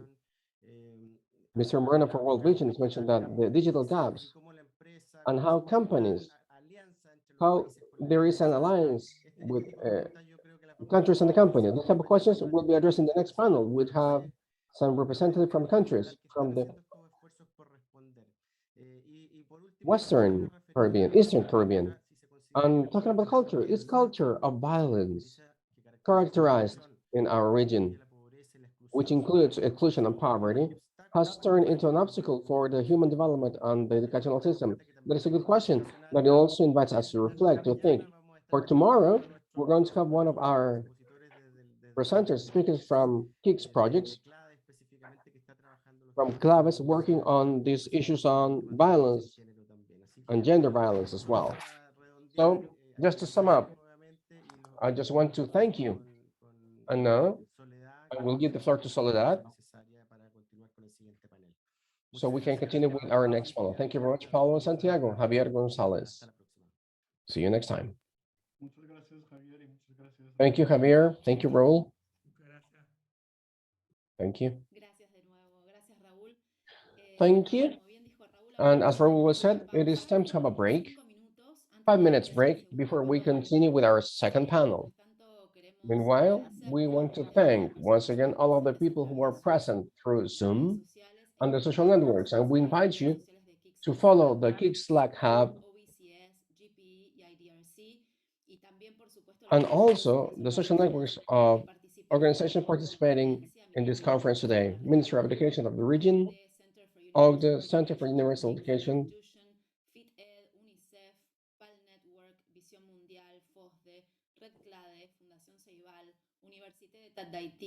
Fundación Educación 2020 y Fe y Alegría Nicaragua.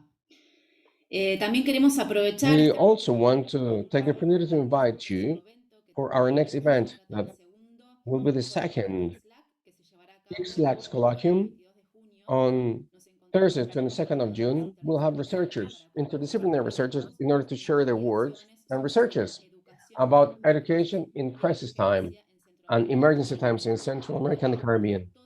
You may find all of the information about it in our webpage.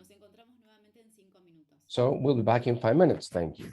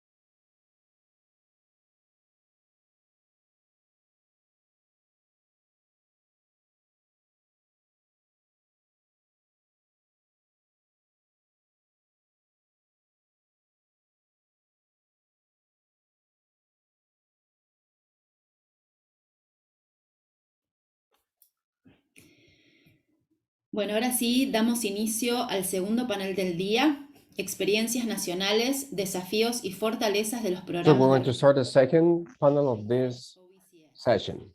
Este panel será en inglés. This panel will be in English and moderated by Sarah Gonzalez. I will read her biography in English. Gonzalez is a Curriculum Education Officer in the Ministry of Education in St. Vincent and the Grenadines.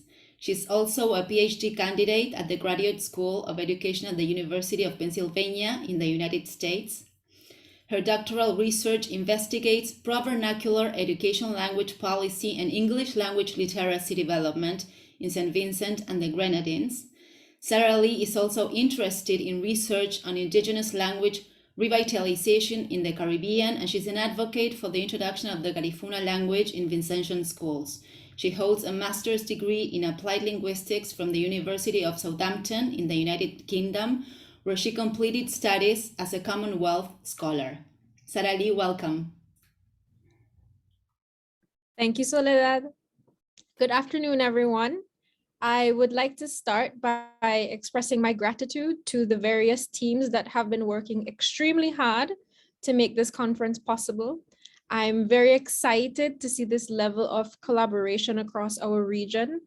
I often complain that sometimes it might seem that when we say Latin America and the Caribbean usually is limited to a few islands, right? Sometimes we only hear from Haiti or the Dominican Republic, or maybe the larger Commonwealth islands like Jamaica, Trinidad and Tobago. So I'm extremely grateful that the smaller islands of the OECS have this opportunity to share their experiences with such a larger audience. I would also like to extend a warm welcome to everyone attending this panel through Zoom or through the live stream. And today we will be focusing on highlighting the experiences of academic recovery in the GPE-funded OECS countries. So these would be St. Lucia, St. Vincent and the Grenadines, Grenada, and Dominica. Our panel discussion will take the following format. We will have presentations from each of the OECS member states here, represented here, and also from the OECS Commission.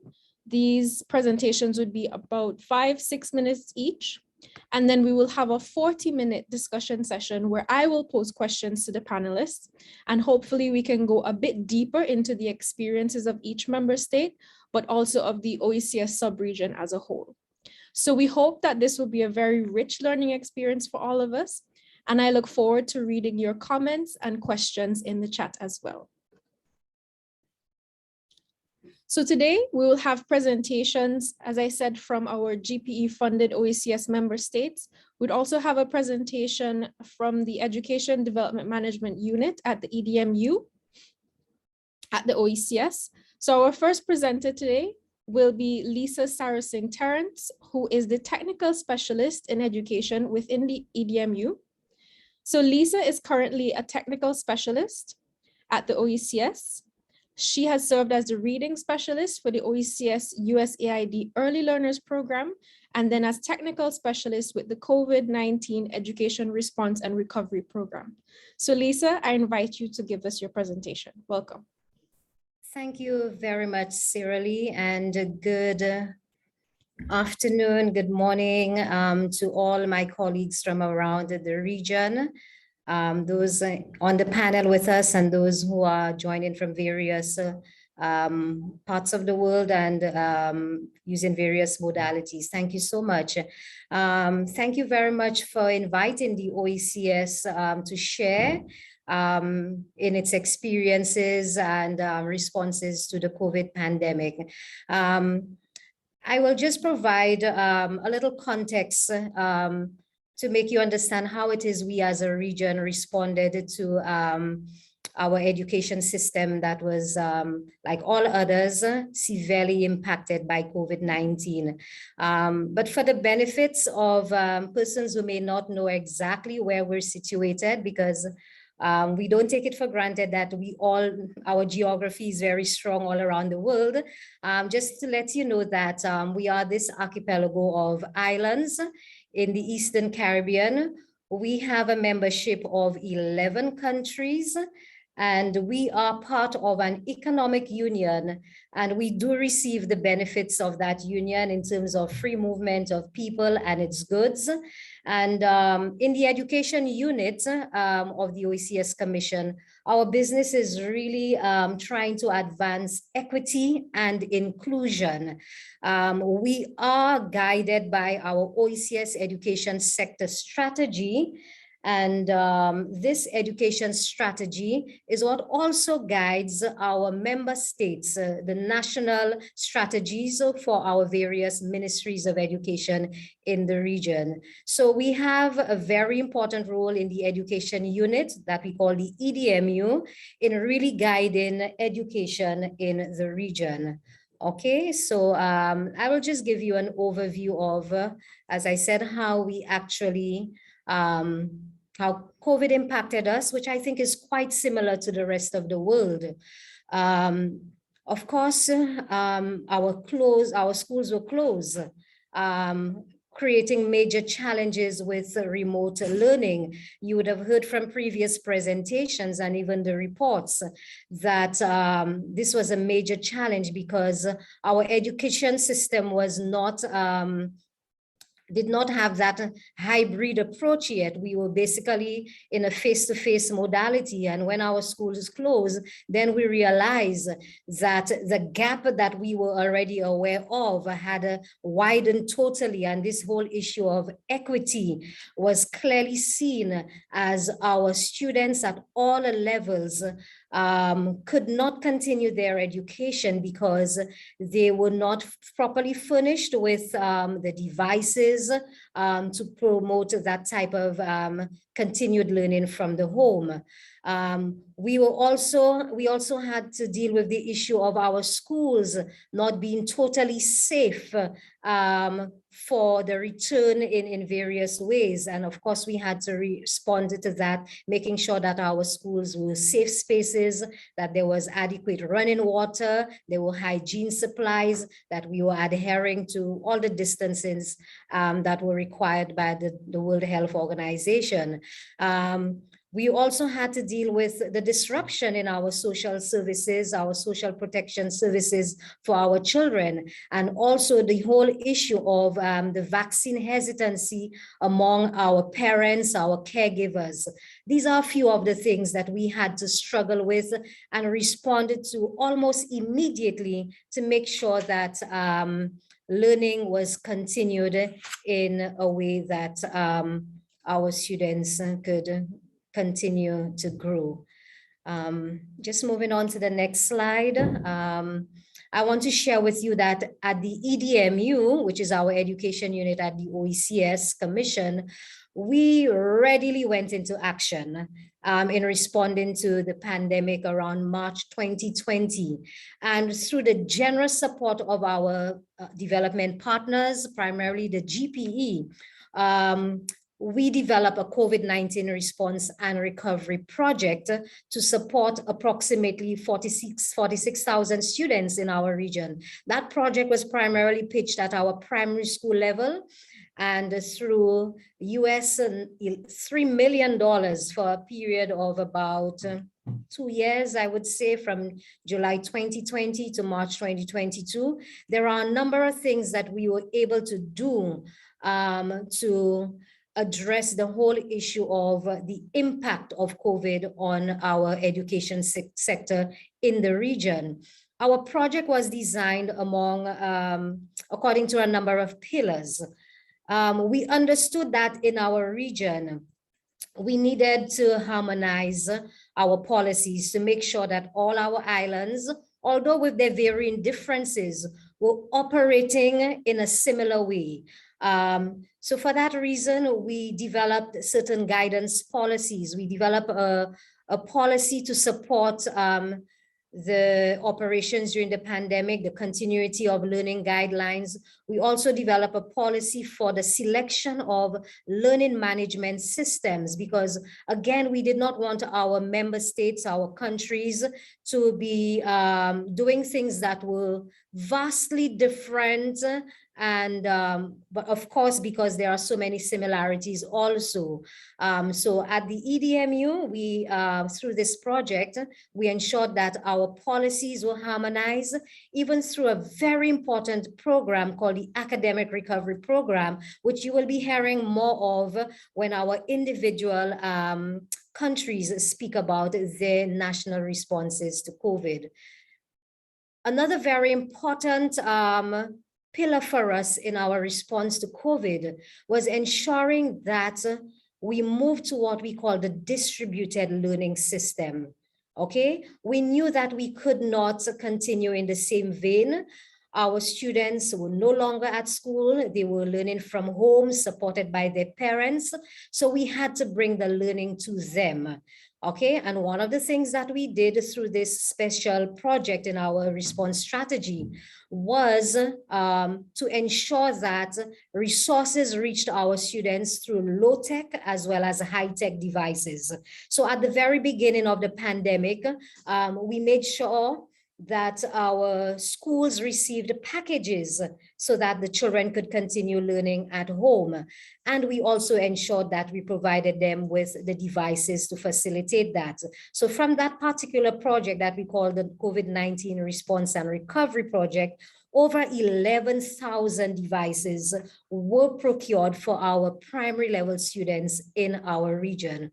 Of course, we know it is just a drop in the bucket, but through the support of the Ministries of Education and other very generous development partners, we continue to make sure that all households and all children are provided with those devices to support their learning, which has now moved to a digital mode. Understanding that we are transitioning into this way of learning, we knew it was also important to train our teachers. So through this program, we were able to train approximately 700 teachers around the region in the OECS.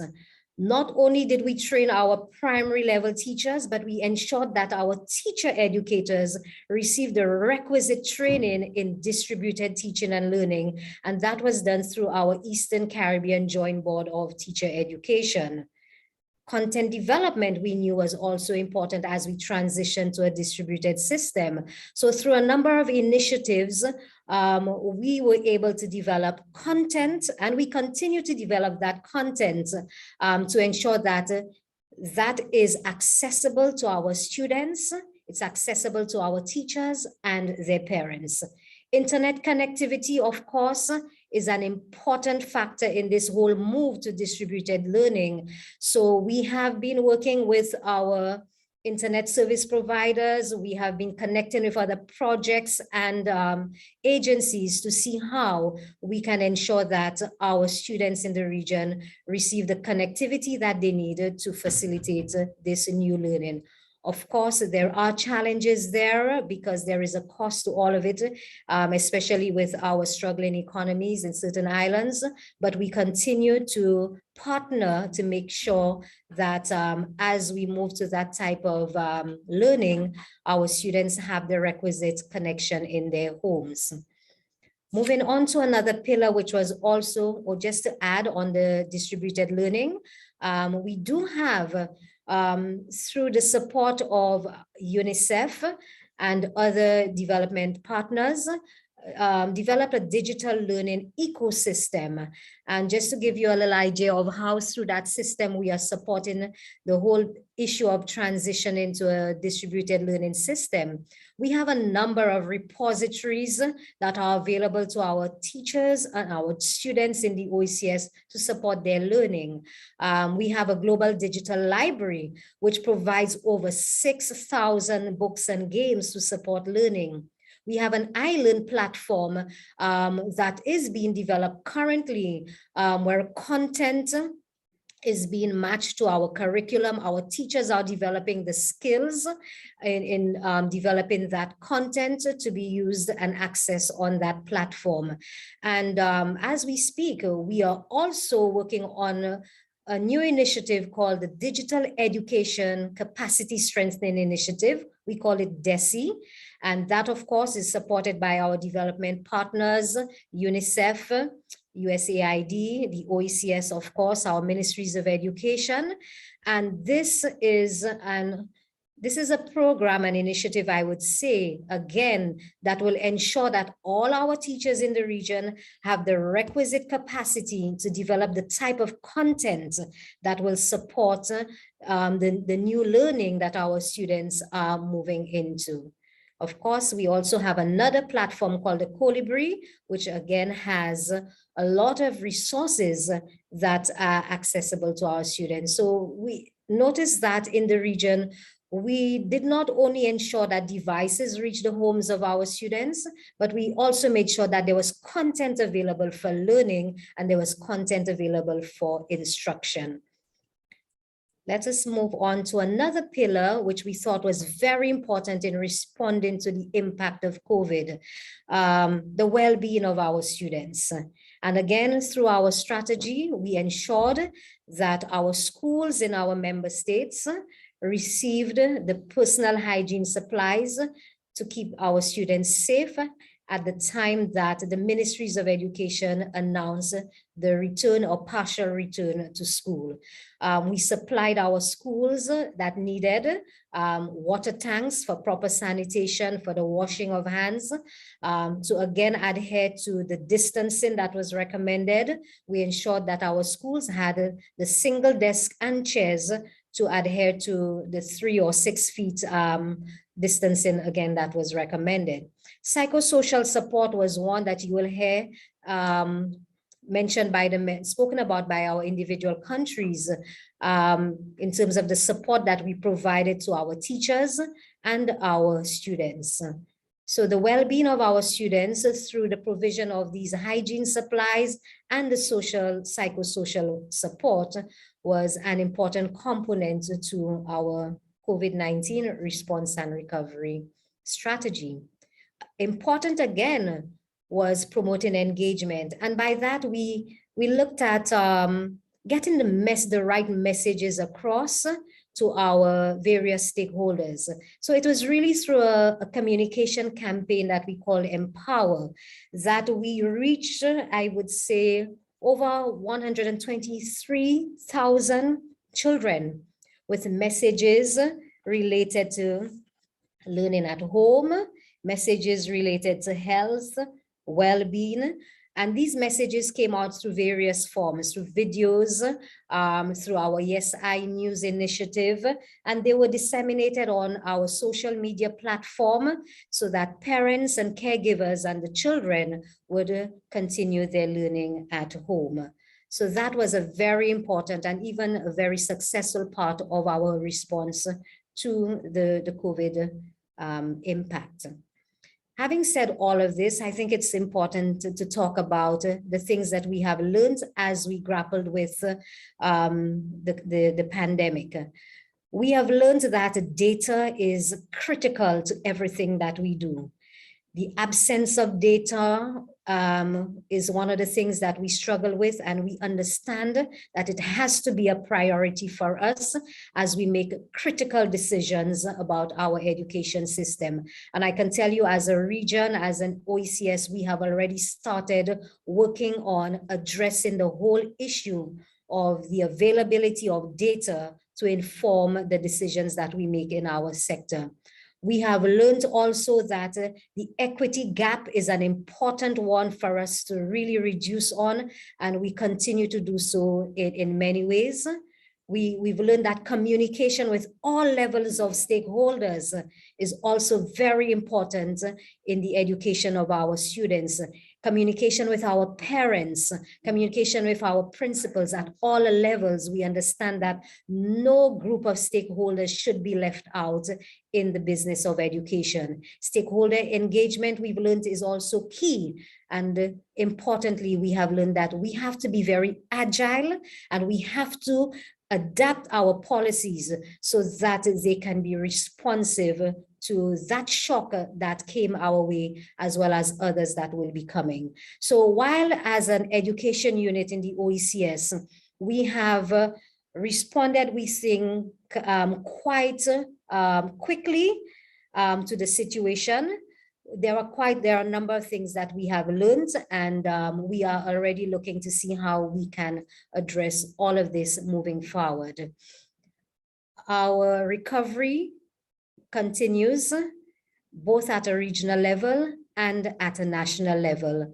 So I will pause here, and Sierra, I know this will be the moment where our countries, St. Vincent and the Grenadines, Grenada, St. Lucia, Dominica, will speak specifically to how this regional strategy filtered at the member state level, and how it is they crafted it to respond to their actual needs. So that was me just giving an overview of how we at the OECS Commission responded to COVID through this specific project that we had, funded by the GPE and supported by other generous partners.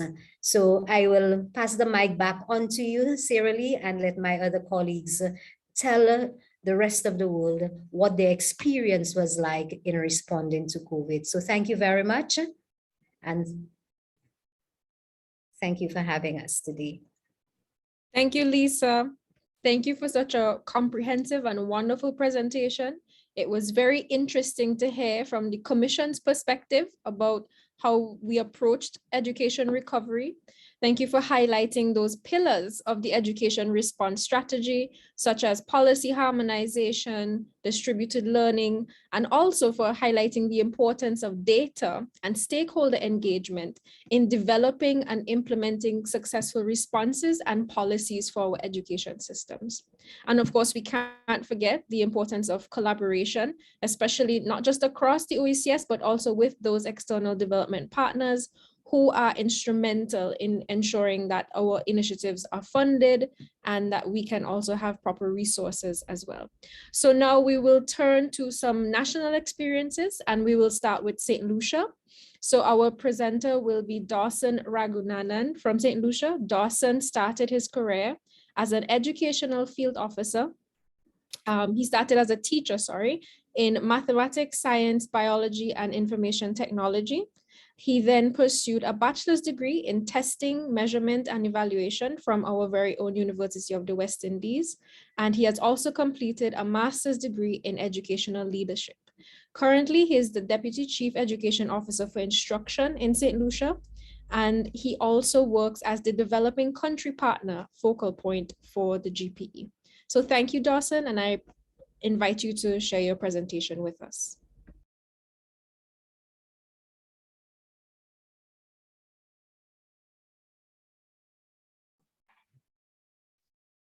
Thank you very much. Indeed, it is a great opportunity to be here with you. And I'm here to speak about our experiences, our challenges and strengths of our recovery plan here, right here in St. Lucia. And I'm going to start off immediately.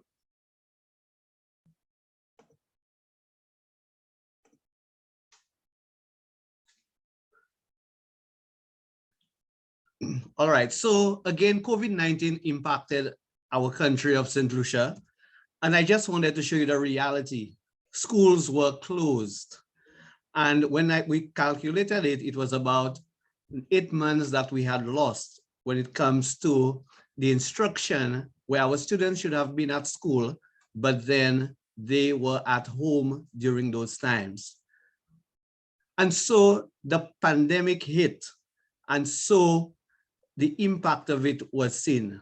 There was uncertainty, there was anxiety, an increase in anxiety, because our school operations had no choice but to move from a full-time face-to-face modality to an online modality. And I must say, this was happening for the first time for our students, for our teachers, and for our parents and other stakeholders within the system. And so there were many challenges that we faced. We had the lack of access to devices and internet, and we had many students with devices and internet. However, they were just demotivated and failed to participate many times in the virtual learning that was taking place, even though they had the requisite devices. And so we recognized that, again, it was due to a lack of instructional supervision that was not available. Also, students suffered varying degrees of academic loss during the extended lockdown periods. So we recognize all of this. And so it was necessary for actions to be taken. And so again, under Pillar 1, it was necessary to put in place the continuity of learning plan.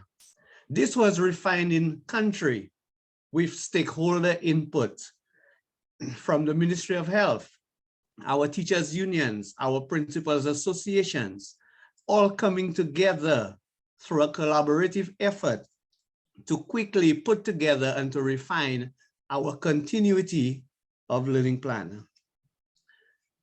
And so there was the widespread dissemination and use at both the school and the district level. And let me say, whenever you have plans, it is one thing to have the plan, but unless the plan is disseminated properly, it is not going to be effective. Plans are not meant to stay on the shelves, but they are meant to be administered in a manner which ensures maximum success. And so as we go through, even part of our sustainability would be that there are plans to continue updating as the situation changes in country. This is what the plan looked like. As we continued also, we decided, again, we looked at our academic recovery program because we recognized that the gaps were being increased. The academic gaps were increasing so much that our students were really losing out and we were losing them.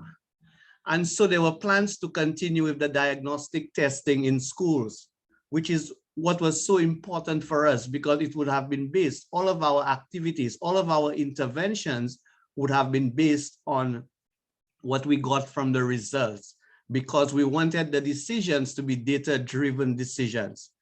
And many schools showed interest in continuing that summer program and they still do, and they want to continue with that.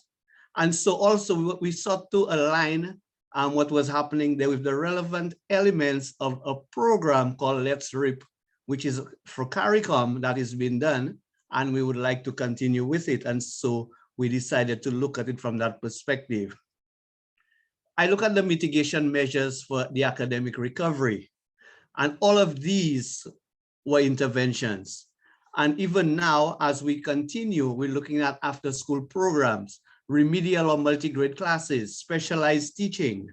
I'm looking at the content and merging that content from the previous terms with the upcoming terms. With the whole idea of one-on-one instruction is also necessary, looking at student-specific behaviors and issues. Then the idea of reteaching has become necessary now because of the loss in instruction. The whole idea of blended instruction to continue to ensure that our students can actually work both within the face-to-face and the distance learning modality. Small group instruction and the whole idea of project-based learning is so important for what we are doing. And so our summer school program, again, that was a major experience, one of our major successes. A summer program, we saw it as the low-hanging fruit because it was one mitigation measure to close the academic gaps that we had. And so the summer program provided opportunities for our students to master those skills, especially in the areas of numeracy and literacy. It also allowed for us to boost the social competencies in students, to provide a nurturing environment for students to complete their course of study. And this was very effective. Also to provide relevant activities for students to cater to their varying needs. Just for you some statistics, that was completed in July 2021. There were 1,308 participants, 52% of them being male and 42% being female, who participated in that summer program. And so some of the achievements, there was the use of manipulatives by the students. And I must also emphasize here a range of non-academic activities. We had introduced the whole idea of swimming for our students and yoga. In these instances, community members served as facilitators and teachers would simply provide oversight or they would assist. And it really helped us to strengthen the relationship between the school and the community. And so this assisted with the social and psychological well-being of students. Also, the vast majority of students scored higher, it must be noted, on the post-test in both literacy and numeracy, because at the beginning of the summer program, we started by giving a pre-test.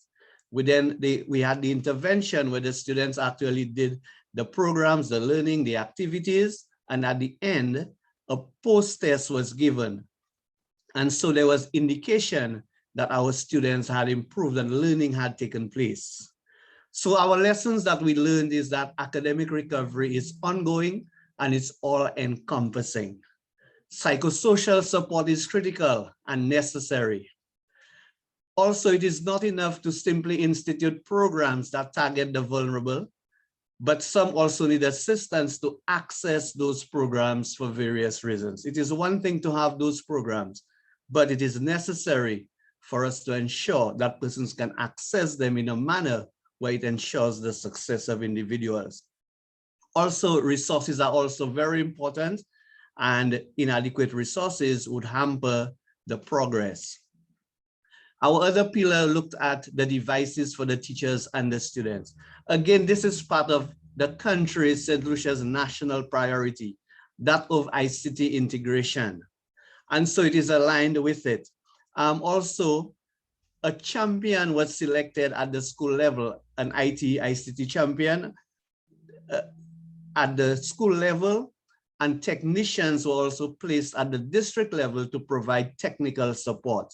Again, to ensure that as much as possible, that access was well done. And this just gives an idea of our presentation ceremony here in St. Lucia. Also, we looked at the training in effective pedagogy for distributed teaching and learning. Again, we needed to ensure that our teachers were prepared, that our teachers, that professional development was in an area of focus to ensure that our teachers were ready to implement. And so that training was timely.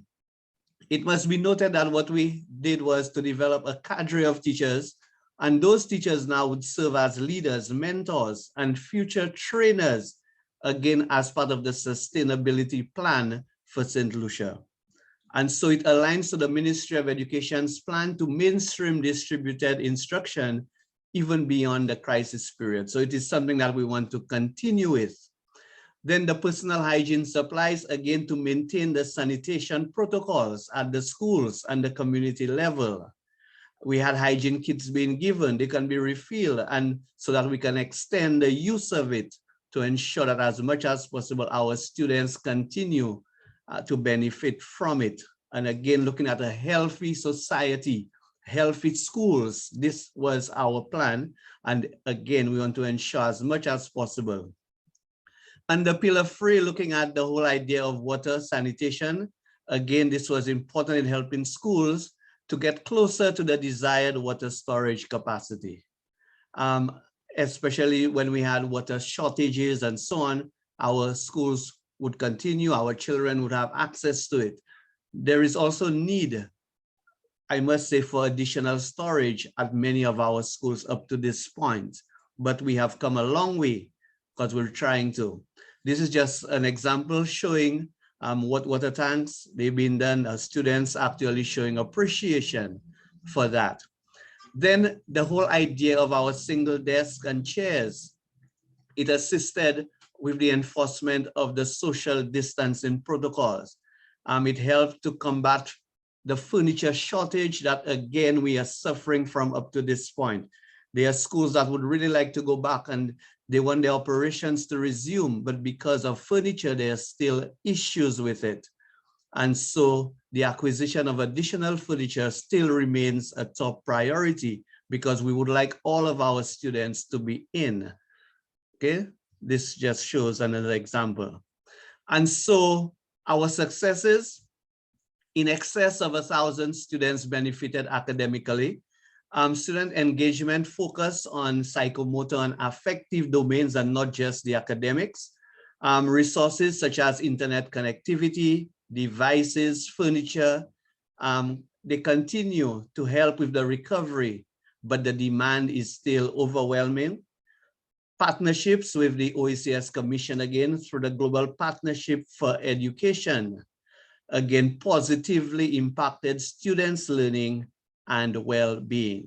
And so we are very happy. We're very happy with where we are now, but we continue to look for the further collaboration. I would just want to thank you this morning.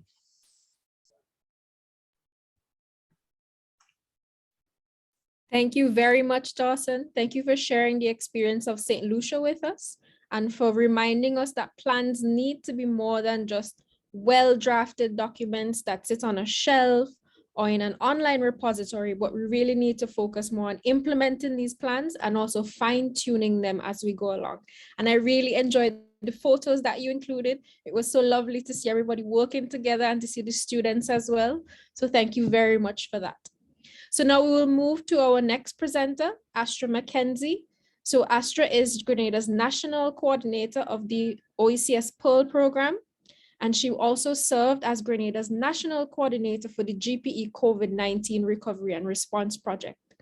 Astra holds a Doctor of Education degree in Educational Leadership and a Bachelor's degree in Management Studies from the University of the West Indies, as well as a Master's of Science degree in Education from Walden University. So I just want to remind all of our presenters that we are running quite short on time today. We want to make sure we have enough time for our discussion. So we are trying to limit each presentation to about 5 minutes. So thank you very much, everyone, for helping us in that regard. And I will turn over to Astra. Astra, please go ahead. Thank you so much.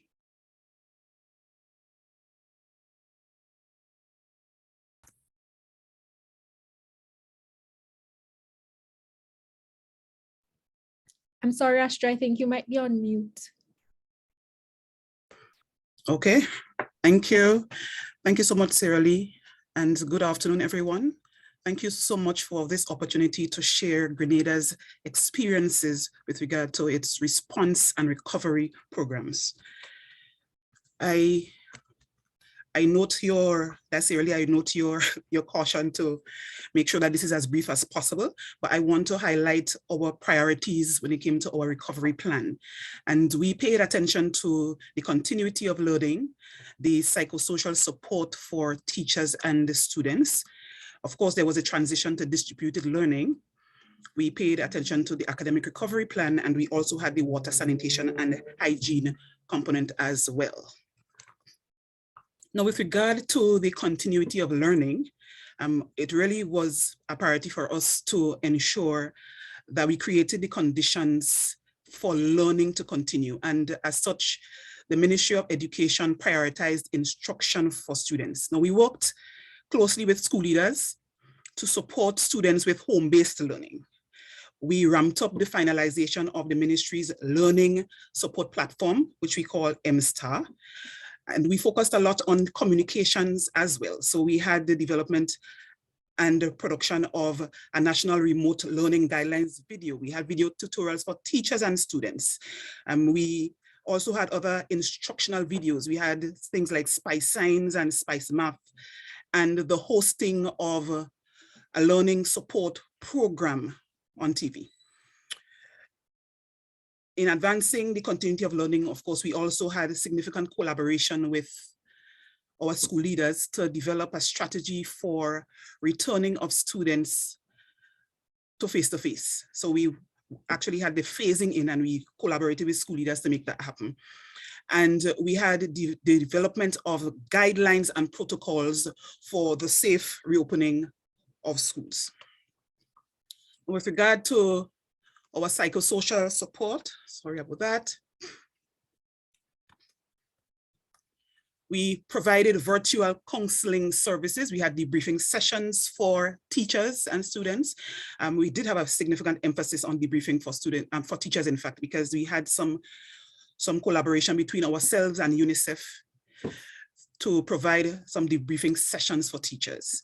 We had some phone counseling support as well. So counselors actually had phones that allowed them to remain in contact with students and to provide support as necessary. We had a counselor on call program for a few weeks on TV. There was also a bit of psychological first aid training and a webinar for teachers, which I'll share on a little later. Okay. With regard to the transition to distributed learning, of course, we had to work with the online platforms, which I alluded to earlier.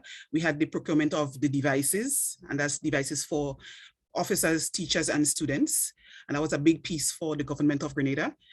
We had basic IT training for teachers as well. And there was a lot of collaboration into the next item, that's the distributed teaching and learning training. We collaborated with several stakeholders to make this happen for many teachers. And of course, we had the learning and teaching support. And to do that, we had quite a few tutorials. We had posters. We did some programs on television. We had the appointment of IT champs and district IT officers as well. So that's the transition to distributed learning. And for academic recovery, we actually implemented an academic recovery program, and we focused on these 5 areas. That's the psychosocial support for teachers. And in providing the psychosocial support, we had actually had a 2-day webinar for teachers regarding suicide prevention. And we heard some conversation this morning about that as well in Latin America. We had some training for primary school teachers in psychological first aid as well, to equip them to be able to support their colleagues and students in their context. We also had a lot of teacher professional development. And of course, there was the emphasis on equipping teachers to implement the OECS model of professional development. And we also refer to it as the ARP methodologies. So we had some work in that regard. We built some capacity that way as well, because we trained teachers to be able to support teachers in their schools. We had the diagnostic tools and assessments that we used as well. One, to identify the schools who we needed to pay attention to, and the students who actually needed the additional support. And of course, when we consider the challenges that we have and the OECS's emphasis on equity, we also paid a lot of attention to special ed and disability as well. And we procured some resources to support them. We had training of teachers, training of teacher assistants to support them. We also had the strengthening of a lot of the processes in the Ministry of Education to continue to support the students who need support in special ed and disabilities. We had some also procurement of some supplies for students at the special ed schools as well, okay? And last but not least, we had the engaging and supporting of parents, and we worked with parents. We ensured that we publicized the information for them to use. We publicized tips. We had webinars for them, and we are continuing to support parents so that they are able to help their children, to provide support for their children in at-home learning, okay? From time to time, the students actually have to be at home given the spikes in the COVID-19 as well, all right? So that's the academic recovery. Now, the last area of priority really is the sanitation and hygiene. And we procured sanitation supplies that happened from central government. We also received support from the GP as well to procure sanitization supplies, same thing from UNICEF as well. We also had Government of Grenada choosing to invest some money in providing additional human resources to ensure that we had personnel at school to support the sanitization of the compound. And that was part of the efforts to ensure that persons felt safe. We had, of course, procurement of hygiene kits for students, installation of hand washing stations, installation of water tanks. And Dawson spoke about the procurement of single desks and chairs. So I don't have to continue with that, but that's what we did with regard to water sanitation and hygiene, okay? I want to just share very, very briefly on some implementation challenges that we had to face. Of course, we had the school closures and very fluid protocols. When you think that you have a bit of the protocols locked, then Ministry of Health will come and they'll suggest that no, we need to make some amendments, and you have to be constantly going back and forth between Ministry of Health and your stakeholders to ensure that you address this challenge of the fluid protocols and the school closures as well. We also had the issue of education in the face of fears. We had parents being concerned, we had teachers being concerned, we had, of course, those students themselves being concerned as well, and we had to address that. Now, of course, a big piece was dealing with the challenge of teachers and students' well-being. And when we talk about teachers and students' well-being, we're speaking about teachers having to balance their teaching responsibilities with care of their families, and of course, supervising the teaching of their children who are in other schools as well. We had teachers having the challenge to deal with steep learning curve in the use of technology. And of course, we have the teachers perceived increase in the workload. So there was a lot of frustration for some teachers as they transitioned into using the technologies. Of course, there were quite a few teachers too, they really, really frustrated about how they were going to meet the needs of their students virtually and still cover all of the prescribed curriculum that was necessary, especially for those persons that were in the exit grades preparing for examinations. And they also had their challenges in motivating the students to participate in learning activities and to really complete the tasks that they needed to. Of course, some persons just wanted to go back to the school. So you're home, and what you really prefer if you return to school, and you had that challenge as well, this anxiety to return to normal. Now, with regard to these challenges regarding students' well-being, we had students that were at home but not particularly safe because they're in their spaces with persons who might be abusers, or in spaces where there was no significant supervision by adults. We had those who normally depended on the school for meals, and they were unable to receive those meals, so that was a challenge for them. And then you have the issue of the lack of socialization. Now, of course, you're seeing the other three challenges there. I'm not going to go into much detail regarding those, but I'm sure that as you probe and we have a conversation, we'll be able to talk about those. All righty. And regarding sustainability, just want to share that we are continuing to implement quite a few activities to ensure that we support schools, support learning, and the ministry considers provision of the psychosocial support an important priority. Of course, we are continuing with the academic recovery, and Dawson made reference to the Let's Reap, so we're also part of that. We have the strengthening of the family school community, Ministry of Education engagement, and we have teacher professional development and the support for special ed. So those are the areas that we will concentrate on for sustainability. So I'll pause for now and we'll converse a little later on. Thank you. Wonderful. Thank you so much, Astra. I really appreciate it. Thank you for also putting a very human face on the challenges that were confronted in Grenada. So we know sometimes that we have logistical challenges, but we also had a lot of human challenges. There were a lot of frustrated teachers, parents, students. There were high levels of anxiety and fear felt by everyone. And thank you for also highlighting the initiatives that try to address these obstacles. We will now hear from St. Vincent, from Edmira Walker, my colleague. So Edmira graduated from the University of the West Indies with a bachelor's degree in literacy studies. She also has a master's degree in educational leadership. Edmira also was one of the coordinators for the OECS USAID Early Learners Program.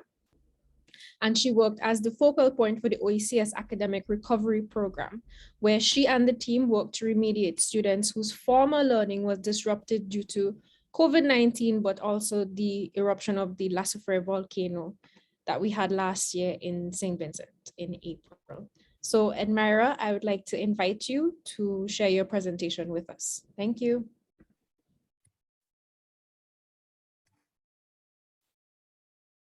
Hey, thank you very much, Sarah Lee, for the opportunity, and thanks to everyone. Now, St. Vincent and the Grenadines, I'm going to just briefly mention some of the areas that we covered in the education recovery. But more specifically, I'm going to tell you what transpired in the academic recovery program. So we had teacher training on remote and online learning. We had distributing sanitization supplies to all schools, water system stations installed. We had Return to Happiness program looking at psychosocial health. We had special education training, devices for teachers and students. We had our own local builder that provided furniture for students. And we had summer programs for our students who are lagging behind. And we had our academic recovery program, and that I am going to tell you more about today. Now we had our types of, the aim of our program, we'll look at the types of approaches, our components, a brief look at the team and the goals. Now, aim of this ARP program was to improve the learning outcome for K-3 students who are experiencing significant loss of instructional time during the COVID-19 and also the Lassa Freya volcanic eruption. So while the rest of the world, everybody was going through a pandemic, St. Vincent and the Granadines had triple trouble. We had dengue, we had COVID-19, and we also had the eruption of our volcano, which compounded the problems that we were already having. Now we had two types of approaches. We had remedial education. That's where the teachers did work in class instruction with those who were struggling. And we also had extended instructional time after school program where we had facilitators working with the students who needed that type of assistance. Now the team made up of literacy officers, SEO for curriculum. We had persons from the maths department, the media unit, ICT, special ed, foreign language, and we also had from the inspection and supervision unit. Now we worked this under 7 components. The first one was support for teachers and instructors. The goal of this one was to enhance teacher competence on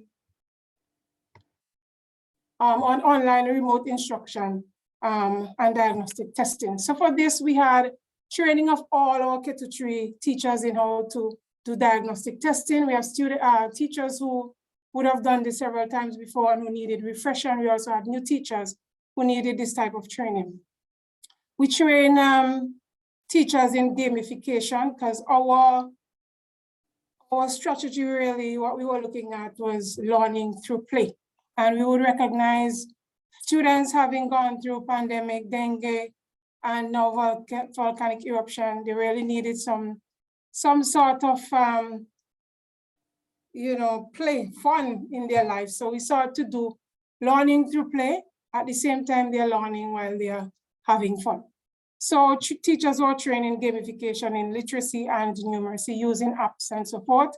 And we recruited and trained facilitators for grades 2 and grades 3 to provide that sort of after school support that they needed. The grades K and 1 we looked at within the classroom space, but the grades 2 and 3 we did more of after school with those.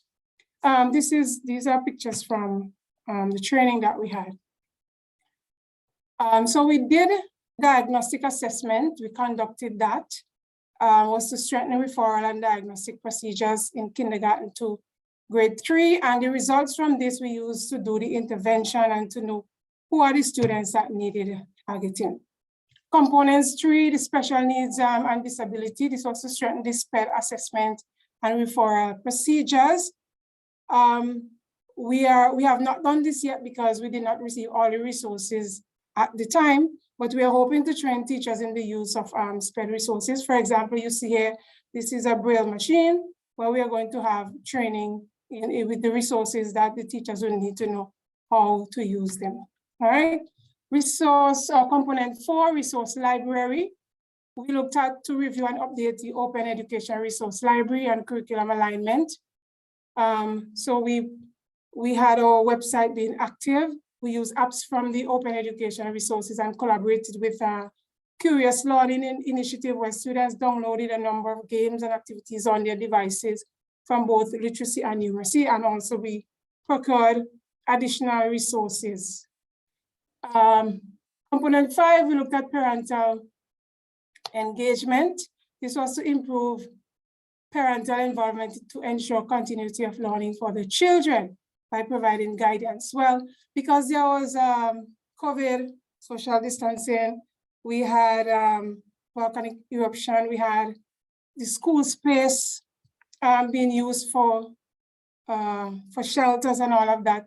It was a little bit iffy to get to our parents' connectivity problems and so, but we created literacy and numeracy workbooks for the parents to use with the children at home.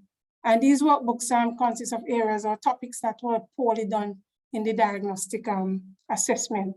So that's one of the ways in which we reached the parents. We had them involved in their children's learning. This is an example of the workbooks that were created. Component 6, partnership. Develop media campaigns to raise awareness about the academic recovery program and to foster dialogue between the Ministry of Education and other stakeholders.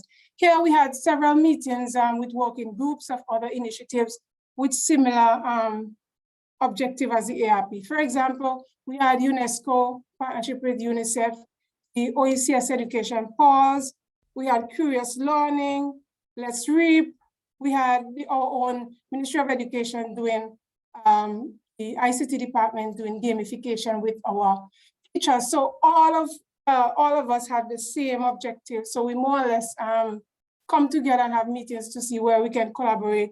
We do not reinvent the wheel, but we work with the resources that we have to help out. And our last component is community engagement. Here we developed media campaign to raise awareness about the academic recovery program and to foster dialogue. Now, we produced television roundtable talk and social media campaign launching of the program. We had parents on the program. We had people calling in, messaging through text messages and so forth. Well, this is the way in which we reached the community at that time, updating them as to what is happening and how they can also be a part to help their children.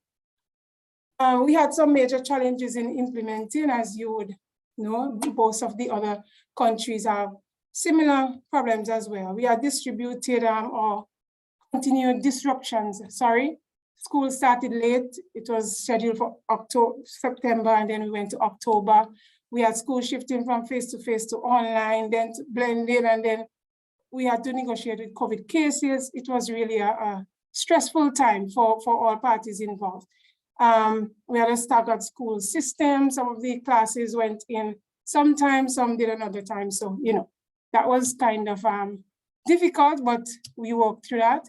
We had a vaccination mandate where it was difficult to recruit all of the facilitators needed because many of our teachers, many of the persons who had the qualifications, they were not vaccinated.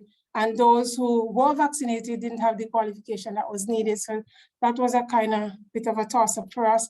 Many of the teachers lost their jobs who we had originally started working with the ARP program. So that was kind of going wrong in our heads as to where do we go from there. But we managed, we were able by the help of God to accomplish the task. We had the absence of material resources. The facilitators had to work with little. They had to improvise and find their own resources because we did not receive the resources on time. And some aspects of the program definitely was delayed because of this. And last but not least, we had to juggle multiple priorities. The officers were pressed and overwhelmed with so many things happening at the same time, running from one program to the next, and the human resource at that time. It was a little difficult. These are some of the major challenges that we had. Now, the lessons learned, we need careful consideration. We need to consider carefully. We need and given thought to identifying the appropriate levels of staffing needed and adequate development of human resources so that we do not overwhelm one person or one group. We must support, and I heard this mentioned from Santiago earlier on, support must be consistent for all parties involved, the students, the teachers, the parents, Sometimes we give them support and we don't go back until another month or 2 months, then, it's not consistent enough. So we have to work on that. Administrative and financial system must facilitate the expeditious deployment of resources to realize more benefits. Sometimes we have the plans, everything is ready, but the resources are not readily available, and it holds us back there. Rules and procedures for emergency operations should be established in advance to enable smooth and seamless transition. All right, and what can the MOE do differently moving forward? We have to put a well thought out plan, contingency plan in place, which includes continuous blended learning. Right now, we see that we are back face to face, but a lot of persons have forgotten about the devices. There's not like a good plan in place for the devices. And so you see, if we have to be thrown again into another disaster, we have to go the process all over again. And this is not good. We need to develop a more intentional data collection plan so that we can meet the needs of everyone and in more quicker time. And the plans for sustaining, well, we want to build on the best practices of the ARP, put plans in place to mitigate the challenges that were identified, continue to monitor and supervise teachers within the classroom space, because the after school part of the program has completed, but within the classroom space, we still need to support the teachers there. And to encourage the use of material resources in most meaningful and effective ways to ensure that teachers are trained to effectively use resources. Sometimes you send resources to the schools, but they are not properly utilized. So we need to work on, helping the schools to make the best use of their resources. And that is it from Resilient SVG. We want to thank you very much for the opportunity to share with you what we have done so far. Thank you. Thank you, Admira. And I think now that we have seen 3 presentations so far, we can begin to get an idea of where things are similar across the islands and how there might have been some differences and challenges as well. So please don't forget, we are also interested in having some interaction with the attendees. If you have a comment or a question, please feel free to put it in the chat. We're also looking forward to hearing your perspectives. So we will now move to our next presenter, Ms. Stephanie Barron. Stephanie holds a Bachelor's of Education in Educational Administration, a Master's in English, and she successfully defended her doctoral thesis in January 2021, so congratulations. And these degrees were all completed at the University of the West Indies. Her doctoral specialization is in educational leadership for education systems and schools. Stephanie also served as the National Coordinator for the OECS GPE COVID-19 Academic Response and Recovery Program, and currently serves as the National Coordinator for the OECS Pearl Program. Stephanie believes that education is key to elevating the status of individuals within society and by extension, society itself. So Stephanie, I welcome you to share your presentation with us.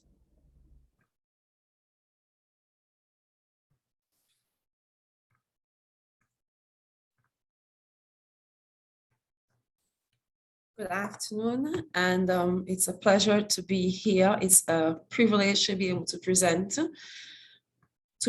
It's a privilege to be able to present on behalf of the Ministry of Education of my country, and to say what our experience has been with the Academic Response and Recovery Program, especially in light of COVID-19. So, what were the national priorities when we actually started this academic recovery plan? The thing is that the economy and people of Dominica were still reeling from the impact of Hurricanes Maria and Irma.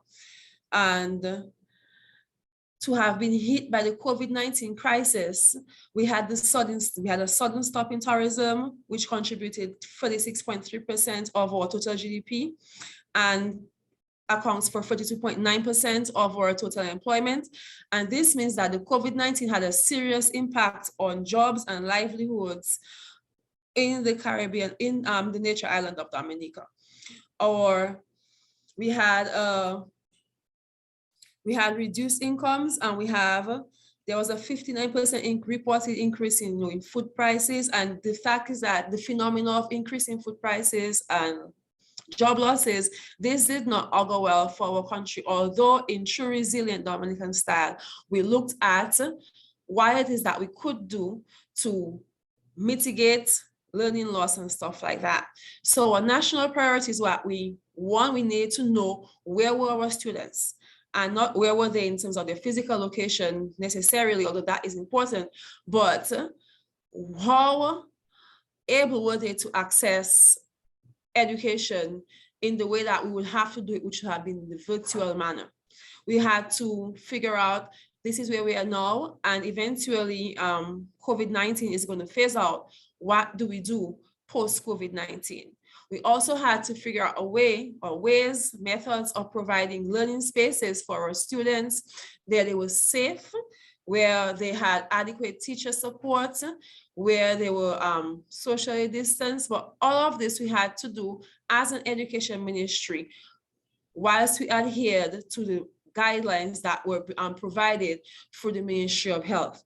And our national priorities also include the fact that, yes, we have students, but then these students have teachers. And so our priority was also to provide the teachers with support in terms of them being more skilled and more trained to use the digital platform and to use more apps in the virtual space to engage students, and also to support our parents to make them aware of the ways in which that they could help the students, because students were now at home and parents who were not teachers were suddenly faced with challenges in actually helping their students. So our priority was also to help our students, to help our parents to help their students. And a priority was to be able to provide devices to students to enable virtual engagement. Because we can well imagine that prior to COVID-19, some households would not have been able to afford digital devices. But now with COVID-19 and job losses, this situation became critical, and the provision of devices by the OECS, which was coupled with the provision of 7,000 devices through a Government of Dominica initiative, took care of this national priority. What challenges did we have in the academic recovery implementation? The truth is that no program, like has been shared by my colleagues, would be implemented without any challenges. Our most important challenge, or most critical challenge, was the resurgence of COVID-19 cases. So Dominica was doing fine, and then we had this first case of COVID-19. Schools were shut down in March of 2020 and did not reopen until September of 2020. But the thing is that students were being taught online, and we came in September of 2020 hoping that all would go well. And then we had a resurgence of cases. We found ourselves having to have schools operating on a phased basis. So that was a challenge for us.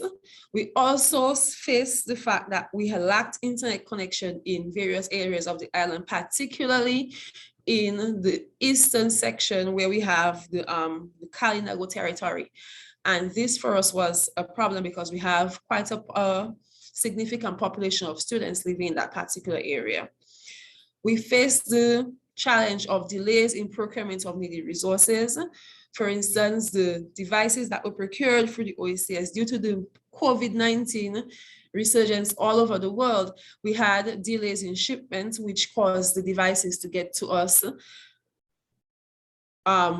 way beyond the time that the OECS would have, the program implementation team would have wanted them to reach, way beyond the time that we are in the country would have really liked them to reach. And this delay in procurement actually delayed the fact of that we could, of how quickly, how expeditiously we could have implemented certain activities within the ARP.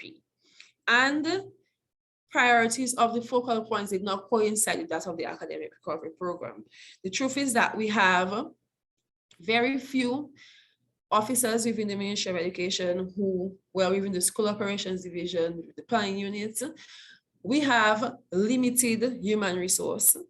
This limited human resource already has a serious workload, and then the ARP was adding to that. And so we had this conflict between priorities, and we had to find a way to make it work. Now, we had the resurgence of the COVID cases doing something to us. We had actually planned an empowerment program for our students, and this was supposed to occur in the summer of 2021. However, due to the surging active COVID cases, we had to, and the restrictions based on in-person gathering and stuff like that, we had to modify the program to a virtual one. And by the time it was modified, we had to obtain fresh data to get a new cohort of students, because the intended cohort of students, which had been primary school students, had since moved on to secondary school, and we were not able to engage these students in the program. So this for us was a significant challenge, as this particular program, the empowerment program, was targeting our students at the primary level. And it was one of our most significant areas in the ARP where we looked at student support.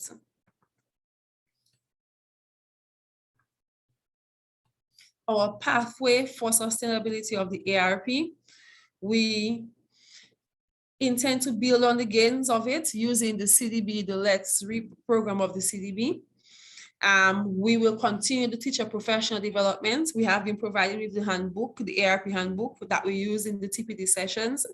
We have also engaged our teachers in other areas of professional development, to include using a peripheral system, using curriculum-based measurements, using diagnostic tests. Of note is the micro diagnostic test, among others. And we intend to continue training teachers so that they will be more skilled to interact with the students.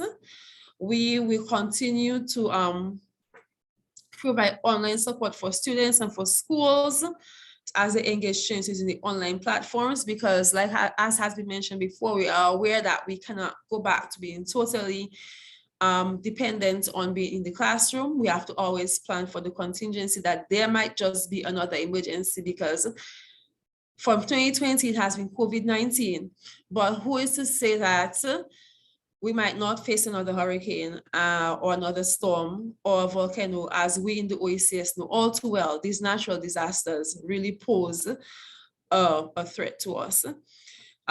We will continue the expansion of the empowerment program. We have determined that we will continue this program using data for each successive group of grade 5 students. So when they are assessed, we'll use that, and we will run the empowerment program on an annual basis, thus targeting the students who are performing below level, and in so doing, get them on a better pathway to succeeding academically. Looking forward, what are the challenges that we envisage to ARP sustainability? We have limited human resource. At present, there are just a limited number of us within the MOE, within this department, and so there is only so far that we could stretch.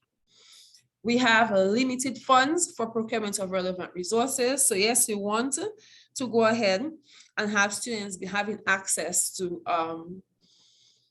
digital devices, but even now, the way the OECS has procured some of the devices, and the government of Dominica has also procured devices.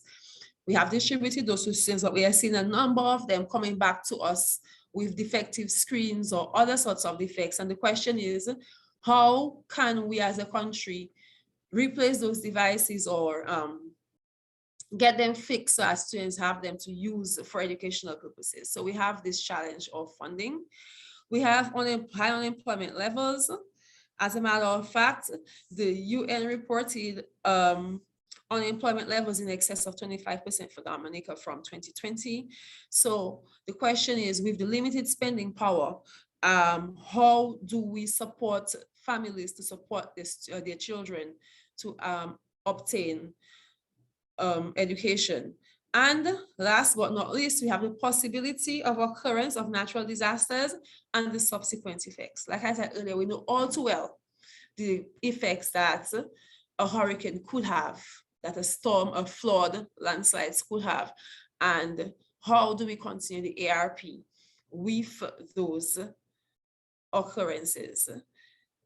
We have learned many lessons while we implemented the ARP, and the most important of which was that we always need to have a contingency plan for continuing education for our students in the event of any emergency, a contingency plan wherein we budget not only human resources, but financial resources and the support of our partners as we continue to make education a viable option in the Commonwealth of Dominica. Thank you.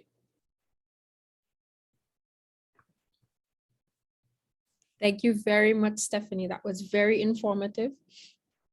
We're very happy to hear perspectives from Dominica.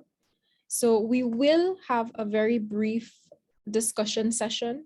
To start, perhaps I think we can consider again the theme of the conference, post-pandemic education, how has teaching been affected? And I think the presentations we've seen today have shown us that the responses that each member state and the OECS as a whole have deployed really show us that teaching is not something that's restricted to the classroom, right? It's not restricted to one platform. So how do we make sure teaching and learning continues despite any further crises or any, as we have been discussing as well, any natural disasters in our region? So what I would like to know from all of our panelists, so I will just pose the one question and perhaps we can get brief responses from each panelist. We live with the ever-present risk of natural disasters, hurricanes, volcanic eruptions. How do you think lessons learned from this response that we have been deploying for the last 2 years, how can these lessons learned build a foundation to make education systems that are more resilient against future public health or natural disasters? So we would like to get some responses from each panelist. And again, unfortunately, we're quite short on time. So if you can keep your responses perhaps as brief as possible, we'd really appreciate it. So anyone can start us off. Don't all jump at once.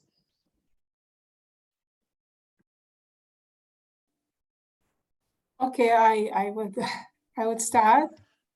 I would just say that we have to learn from our mistakes as well as the mistakes of others. There is a need to establish partnership very early. You know, too many programs or initiatives, they are hoping to achieve the same objective, but we're so disconnected. So if we could have more people coming together, we earmark key resources, both human and material, make sure a plan is in place to continue education seamlessly. As I mentioned in my presentation, now we have the face-to-face, and then a lot of teachers and so forth forget about the devices, the use of the devices in the classroom. Now, if we are to do that, then we are going to have to start the process all over again.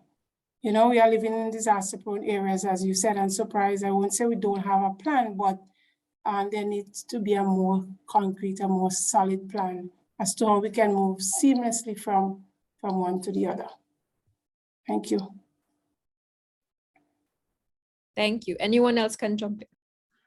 Yes, I would just want to chime in here. One of the things that I noticed in St. Lucia was as the pandemic came, the anxiety level increased. It started with the whole idea of the mindset of people becoming depressed, people not knowing what tomorrow is going to bring. And so I think the whole socio-emotional aspect of it must be catered for, and we must put the necessary mechanisms in place to ensure that we can cater to people's mental health and also to provide direction for them. And that is why continuity of learning plans are always important within the education system itself. And those plans must be updated continually, because we have already developed one here, for COVID-19, we're talking about other disasters that may come. So there must be the continuous updating and possibility of any eventuality that may come, so that when it comes in, we do not go back to go into develop those plans. Another thing, resources have to be made available. There's no doubt about it, because I'm looking at it from the OECS and from the regional level, maybe a central procurement process where we have those things being available on the spur of the moment, that we can get them available on demand.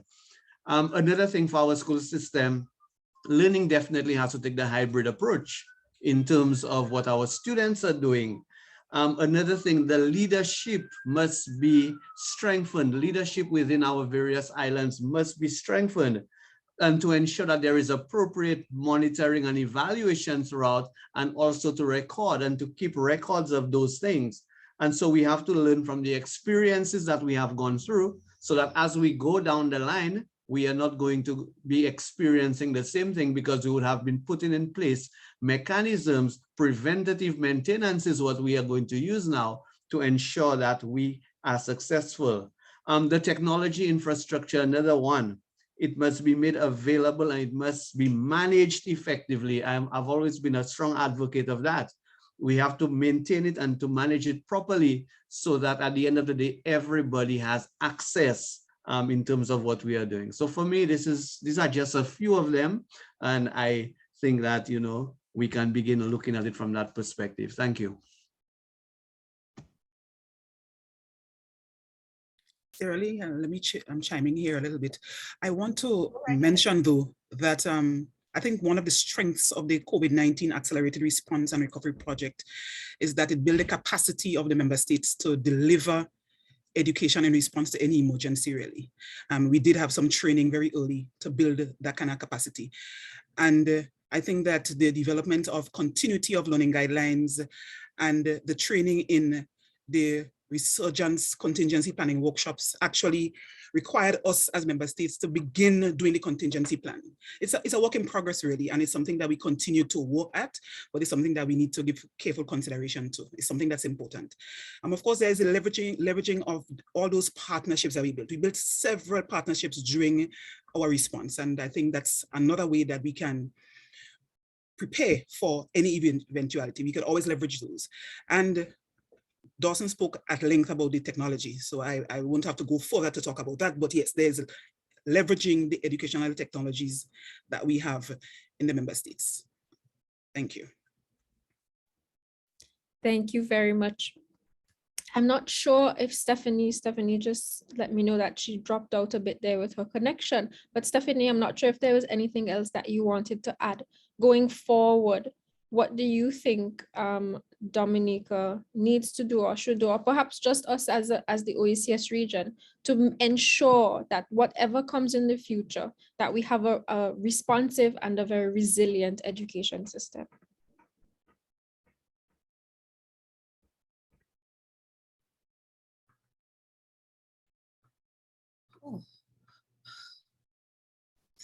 My apologies.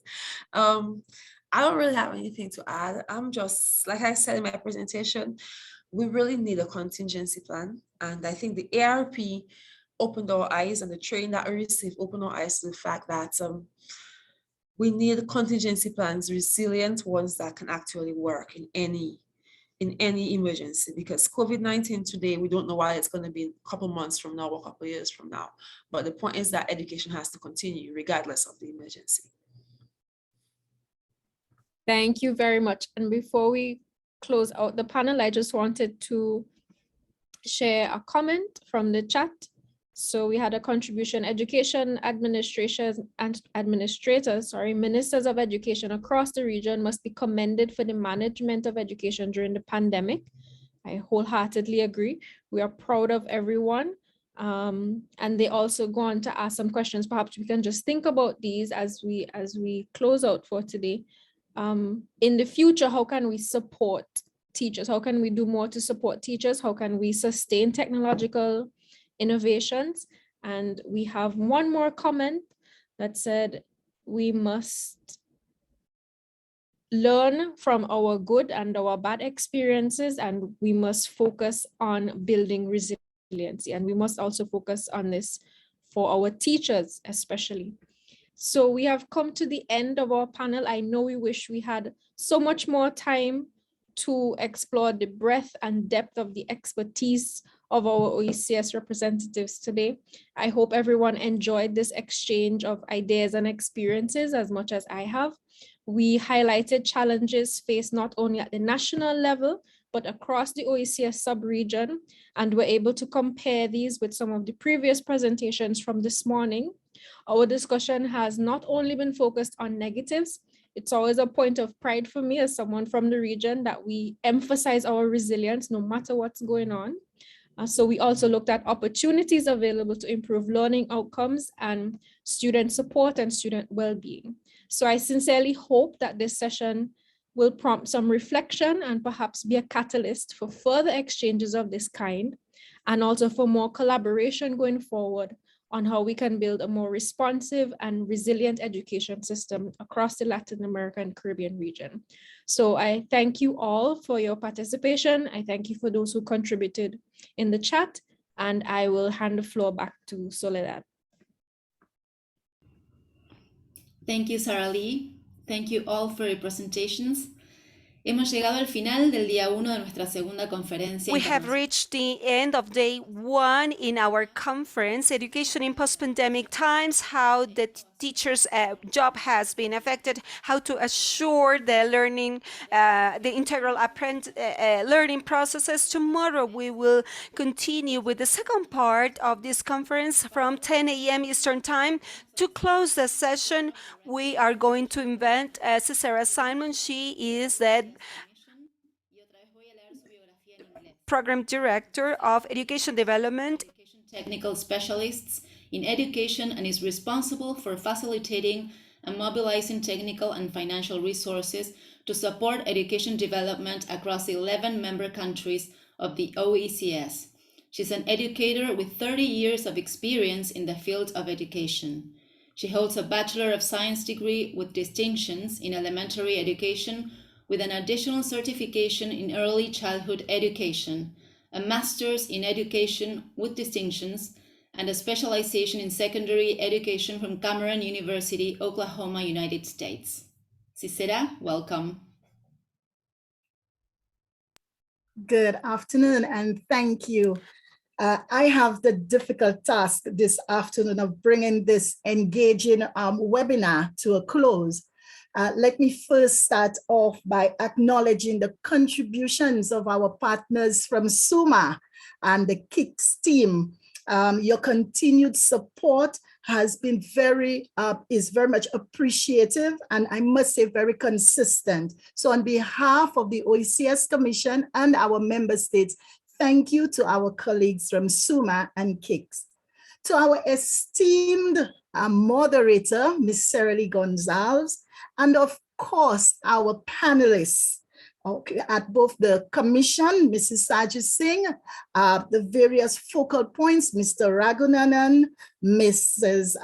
Astra McKenzie, Miss